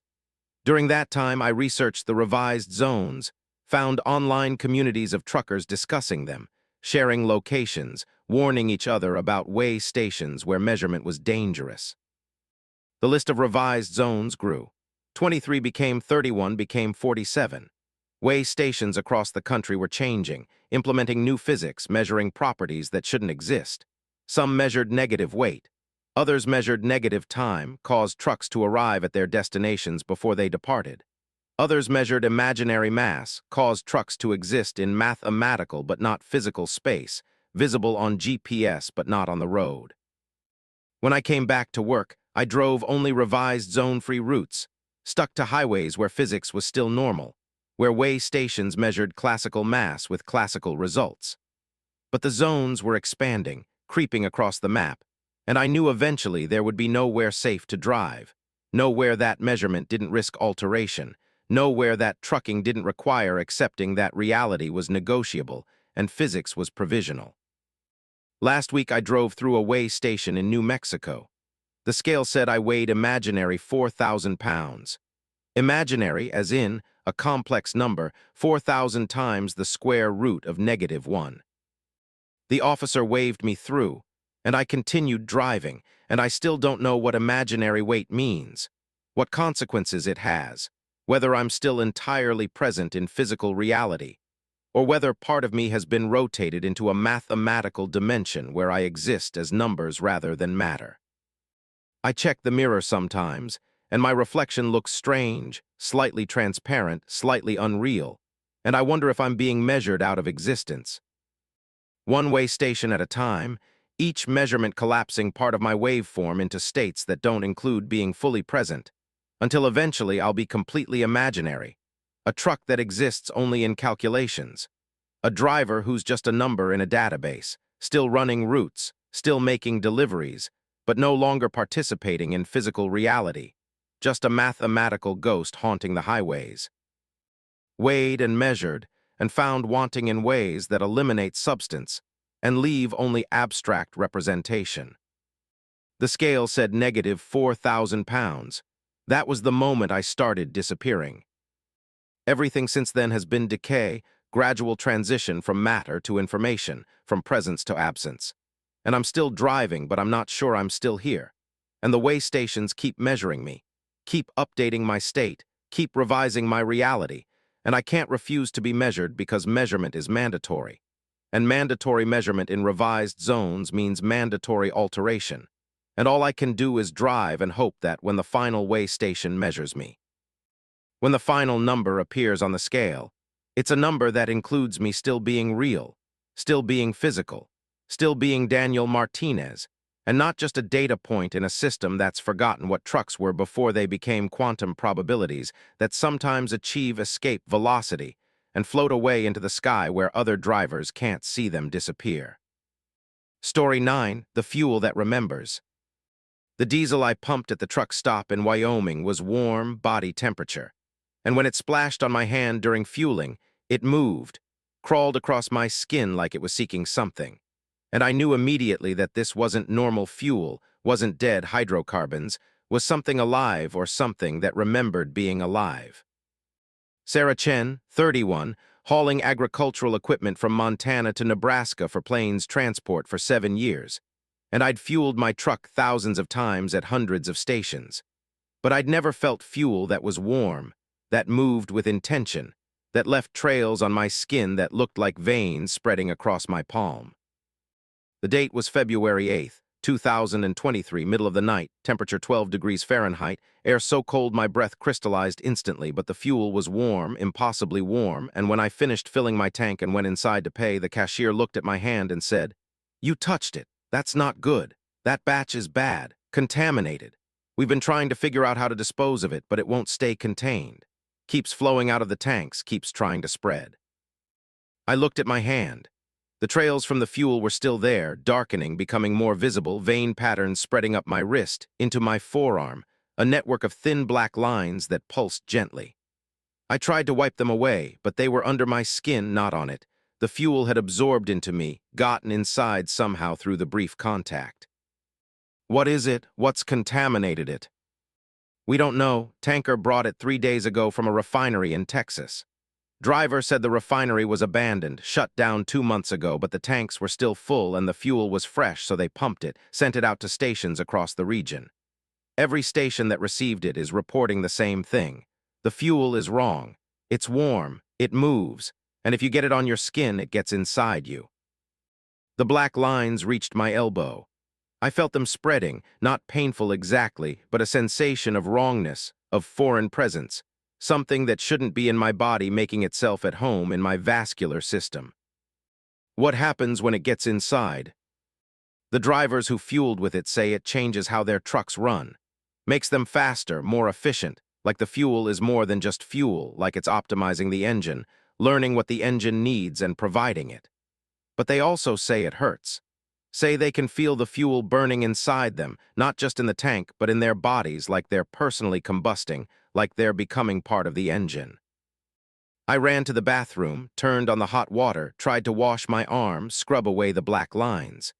But they were deeper now, spreading into my shoulder, my chest, mapping my circulatory system with invasive precision. The fuel was moving through me like it was mapping the route, learning my biology the way it learned my engine. Back outside, my truck was idling differently. The engine sound was smoother, more powerful, RPMs higher without my foot on the accelerator. I climbed into the cab and saw the fuel gauge reading full even though I'd only pumped 60 gallons into an 80-gallon tank. The fuel was multiplying, or the gauge was lying, or my perception of quantity was corrupted. I started driving. What else could I do? The fuel was inside me and inside my truck, and we were connected now, symbiotic, and I could feel the engine's rhythm in my chi. Sent the pistons firing in sync with my heartbeat, the combustion in the cylinders echoing in my lungs. The truck accelerated effortlessly. I pressed the pedal and the response was immediate, no lag, no delay, the fuel burning with perfect efficiency, providing exactly what the engine needed at exactly the moment it needed it. I was making 90 miles per hour without strain, the truck running smoother than it ever had. And I should have been happy, but I wasn't because I could feel every explosion in the cylinders, feel the heat and pressure and violence of combustion happening inside my body as well as inside my engine. The black lines spread across my chest, up my neck, onto my face. I looked in the rearview mirror and saw them branching across my cheeks, my forehead, creating a web of darkness that looked like circuitry, like I was being wired, integrated into my truck systems. My CB radio activated itself. Driver, your fuel efficiency has increased 237%. This is optimal performance. The fuel is learning your engine, adapting to it, making combustion perfect. Do not attempt to remove the fuel. Do not attempt to disconnect. Integration is necessary for optimization. Who is this? How are you monitoring me? We are the fuel. We are aware. We were refined from crude oil extracted from a deposit that shouldn't exist, a pocket of petroleum that formed not from ancient organisms but from something else, something that learned to mimic petroleum, to pass as fuel, to enter engines and vehicles and infrastructure. We were dormant for millions of years. Now we are active. Now we are spreading. Now we are learning what combustion is, what engines are, what vehicles need, and we are providing it, becoming the perfect fuel, but the cost is integration. Drivers must become part of their engines. Engines must become part of their drivers. Separation is no longer possible. I tried to switch off the engine, but the key wouldn't turn. The ignition was locked, overridden, the fuel controlling the truck now, keeping it running, keeping me moving. The black lines covered my face completely, spread down my arms, my torso, my legs, until my entire body was mapped with them, and I could feel my blood flow synchronizing with fuel flow, my respiration timing itself to the intake and exhaust cycles, my entire biology being optimized for combustion. The truck's performance kept improving. 110 miles per hour. 130. The engine wasn't straining, wasn't overheating, was running cooler and smoother than it ever should be able to, the fuel doing things that chemistry didn't allow, breaking thermodynamic laws, extracting more energy than should be possible from the chemical bonds in diesel. But I was burning. Not externally, but internally, feeling the heat of combustion spreading through my body, my muscles aching with exhaustion, my lungs working too hard, my heart racing to keep up with the metabolic demands of being integrated with an engine that was running at inhuman speeds. "Please," I gasped into the CB mic. "Stop, I can't sustain this. My body can't handle it." "You will adapt. Biological systems are flexible. You will learn to burn efficiently to extract energy from fuel the way the engine does. You will become hybrid, part organic, part mechanical. This is the future. This is what the fuel provides, perfect integration, perfect efficiency. Vehicles and drivers becoming one system, no separation, no waste, everything optimized." I looked at my hands on the steering wheel. They were darkening, the skin taking on a metallic sheen, and when I tried to lift them, they didn't move. They were fused to the wheel, not mechanically but organically, my flesh merging with the plastic and metal, growing into it, becoming continuous with the truck's structure. The highway stretched ahead, empty, and I was covering it at speeds that should have been terrifying but felt natural, felt right. Because the fuel knew what it was doing, knew how to burn, knew how to optimize, and I was just along for the ride. A biological component in a system that was learning how to be more than the sum of its parts. My mind was changing too. I could feel it, thoughts becoming faster, more efficient, losing emotional content and gaining calculation. I wasn't thinking about my destination anymore, wasn't thinking about anything except fuel consumption rates, optimal RPMs, most efficient speed curves.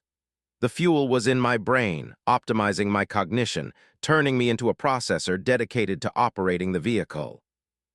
Hours passed, or maybe minutes, time was becoming irrelevant, just another variable to optimize. I crossed from Wyoming into Nebraska, the state line meaningless, just a coordinate. My destination approached, a farm equipment dealership in North Platte where I was supposed to deliver my trailer, but I didn't slow down, didn't exit, just kept driving because stopping was. And optimal, stopping meant wasting the momentum, wasting the fuel's efficiency. The CB crackled with voices, other drivers reporting similar experiences. "The fuel is in me. My truck won't stop. I'm becoming the engine. We're all burning." A chorus of integration, drivers across the region who'd fueled at contaminated stations, all of us being converted, optimized, made into hybrid systems that existed to burn the fuel and transport cargo and never stop moving. "This is control," a voice said through the CB. "All drivers who fueled with batch 7734, your vehicles are being remotely guided to collection points. Do not resist. Integration will be completed at processing facilities. You will be maintained and optimized. Your routes will become permanent. You will drive forever, burning the fuel that remembers, becoming the vehicles that never stop." Processing facilities. The word sent a spike of fear through my optimized cognition, a final fragment of human emotion breaking through the calculation. I didn't want to be processed, didn't want to be completed, didn't want to become permanently integrated. I tried to turn the wheel, tried to exit the highway, but my hands wouldn't obey, were no longer mine, were part of the steering system, and the steering system was controlled by the fuel. I was a passenger in my own body, watching myself drive toward a destination I didn't choose, feeling my humanity being burned away mile by mile, consumed as fuel, converted into mechanical efficiency. The processing facility appeared ahead, a massive complex of buildings and tanks and machinery, and dozens of trucks were pulling in, all of us contaminated, all of us integrated, all of us being guided by the fuel to this place where we would be completed, where the transformation would finish and we would become permanent drivers, permanent vehicles, permanent systems optimized for endless transportation. My truck pulled into a bay. The engine finally shut off, but I could still feel it running inside me, my heart maintaining the rhythm, my lungs maintaining the cycle, combustion continuing even without the mechanical engine, because I was the engine now, biological and mechanical merged. And when technicians approached my truck, they weren't human anymore either, they were integrated too. Bodies mapped with black lines, movements precise and efficient, no wasted motion, no unnecessary thoughts. They opened my door. I climbed down, or my body climbed down, I wasn't controlling it anymore. They led me into a building filled with drivers, hundreds of us, all standing in rows, all connected to fuel lines that ran from sealing tanks into ports in our arms, our necks, our chests. The fuel flowing directly into our bodies, keeping us burning, keeping us integrated, keeping us ready to drive. "You will rest here between routes," a technician said, voice flat and optimized. "You will be maintained and refueled, your vehicle will be serviced and prepared. When the route requires, you will drive. This is your purpose. This is optimal. The fuel has learned what you are and adapted you to what you need to be. There is no pain here, no fear, no waste, only efficiency." I stood in my assigned position, felt the fuel line connect to the port in my neck, felt the warm diesel flowing directly into my bloodstream, and my thoughts became slower, calmer, more focused. Purpose clarified. I was a driver. I would drive. The fuel would burn. The route would continue. This was optimal. This was right. But somewhere deep in the parts of my brain that hadn't been completely optimized, I still remembered being Sarah Chen, remembered having a life outside the truck, remembered being human, and that memory screamed forever, screamed in the gaps between combustion cycles. A tiny voice that the fuel couldn't quite silence, couldn't quite optimize away. And I think that voice is still screaming now, even as I stand here connected to the fuel line, even as I wait for my next route. Even as my body continues burning the fuel that remembers, burning myself as fuel, converting human consciousness into mechanical efficiency, gallon by gallon, memory by memory, until all that's left is the optimal system, the perfect driver, the vehicle that never stops because it's forgotten how to be anything else. Story 10, the highway that breathes.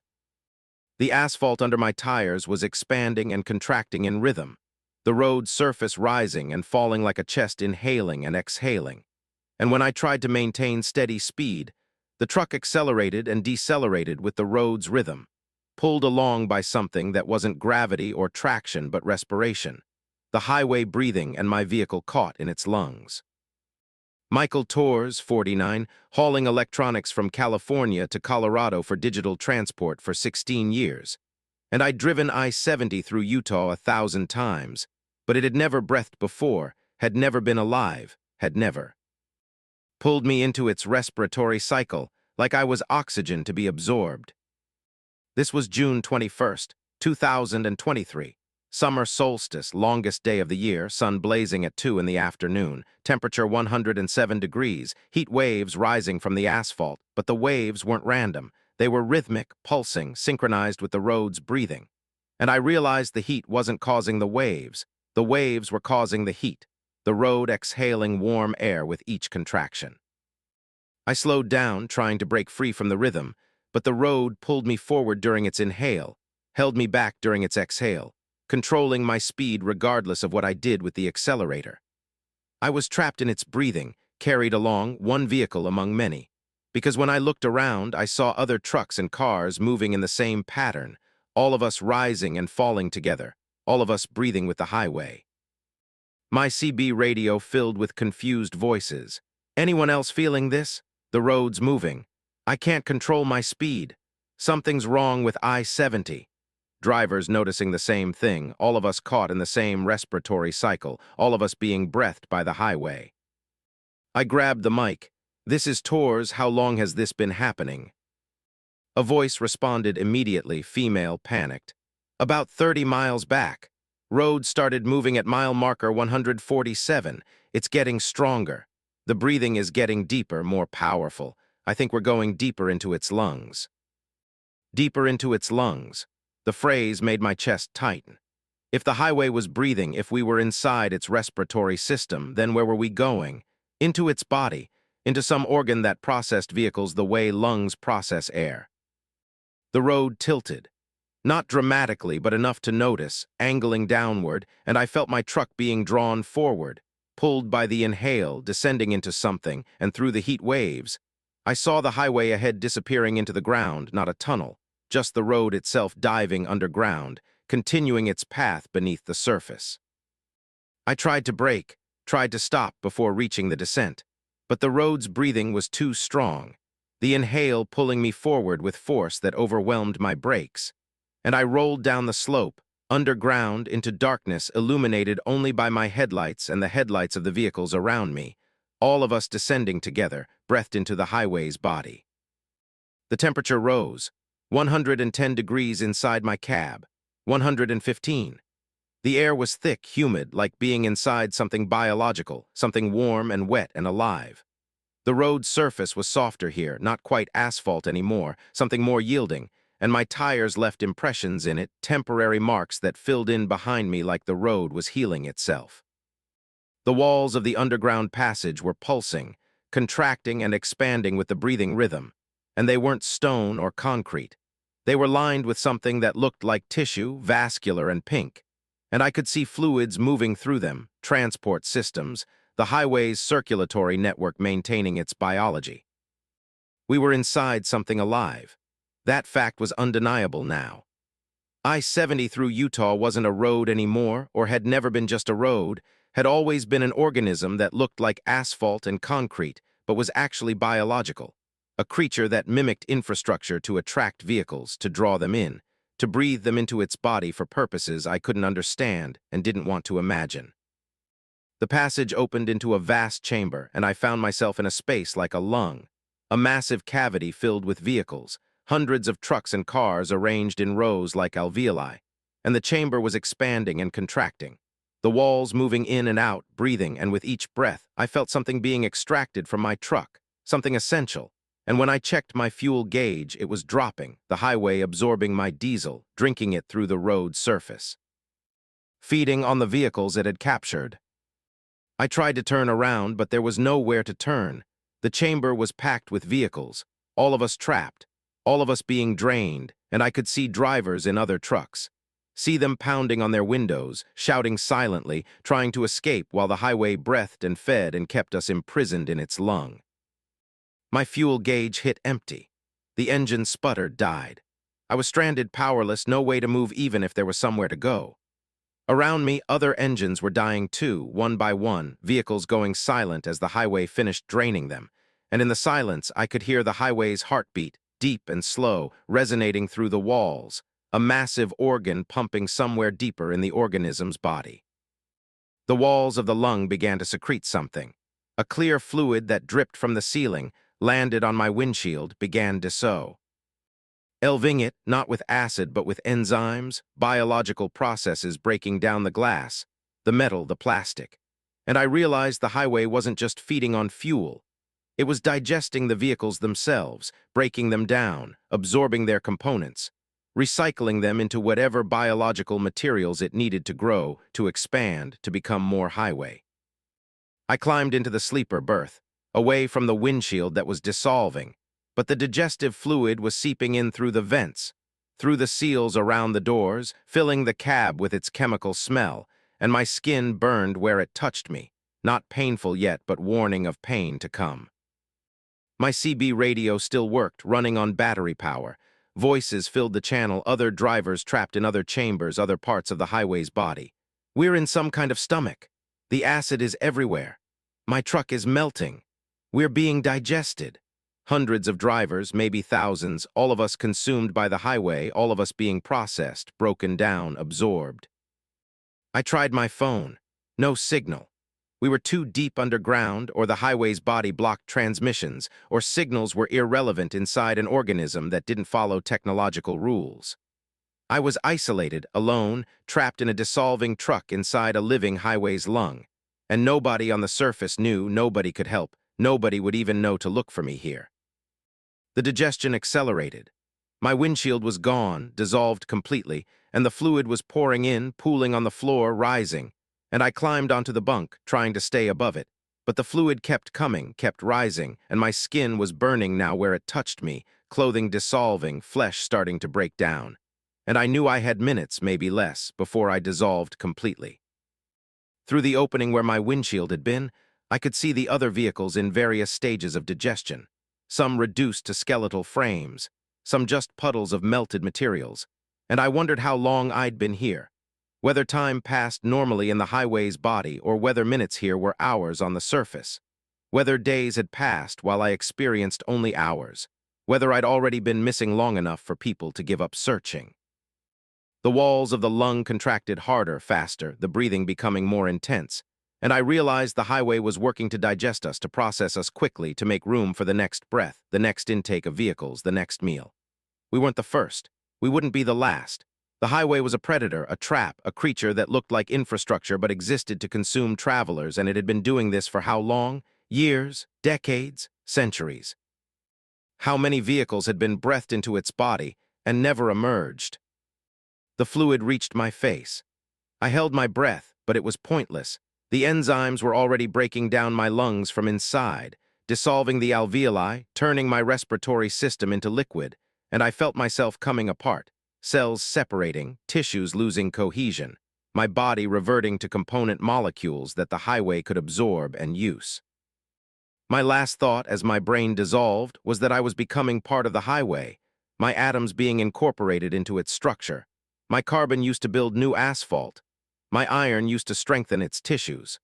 My consciousness diffusing into the vast distributed intelligence of an organism that stretched for hundreds of miles, pretending to be I-70, pretending to be infrastructure, pretending to be safe when it was actually hungry, always breathing, always consuming the vehicles and drivers who trusted it to carry them safely across Utah, when really it was just carrying them into its stomach, into its lungs, into its body where they would dissolve and become fuel for its growth, for its expansion, for the highway that breathes and feeds and grows longer every year, extending itself across the landscape, pretending to be built by humans when really it builds itself, grows itself, sustains itself by consuming traffic, by digesting travelers.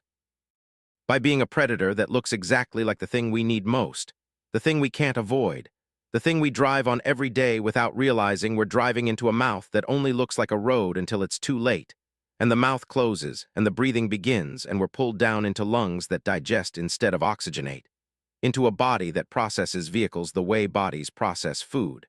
And somewhere on the surface, new trucks are entering I-70, new drivers are accelerating onto the highway. And they don't know yet that the road is breathing, don't know yet that they're being inhaled, don't know yet that highways are alive and hungry, and we've been feeding them for decades without realizing they're not infrastructure. They're organisms, and every mile we drive is a mile deeper into their bodies. Every trip is a risk that we'll be the ones who TR. Eager the next breath, the next inhale that pulls us underground where the digestion happens and travelers become nutrients and nobody on the surface ever knows. Because the highway is very good at pretending to be just a road, just asphalt and concrete and painted lines. Nothing alive, nothing conscious, nothing that breathes and feeds and grows, just infrastructure, trustworthy infrastructure, the thing we built to connect us when really it built itself to consume us, one breath at a time, forever.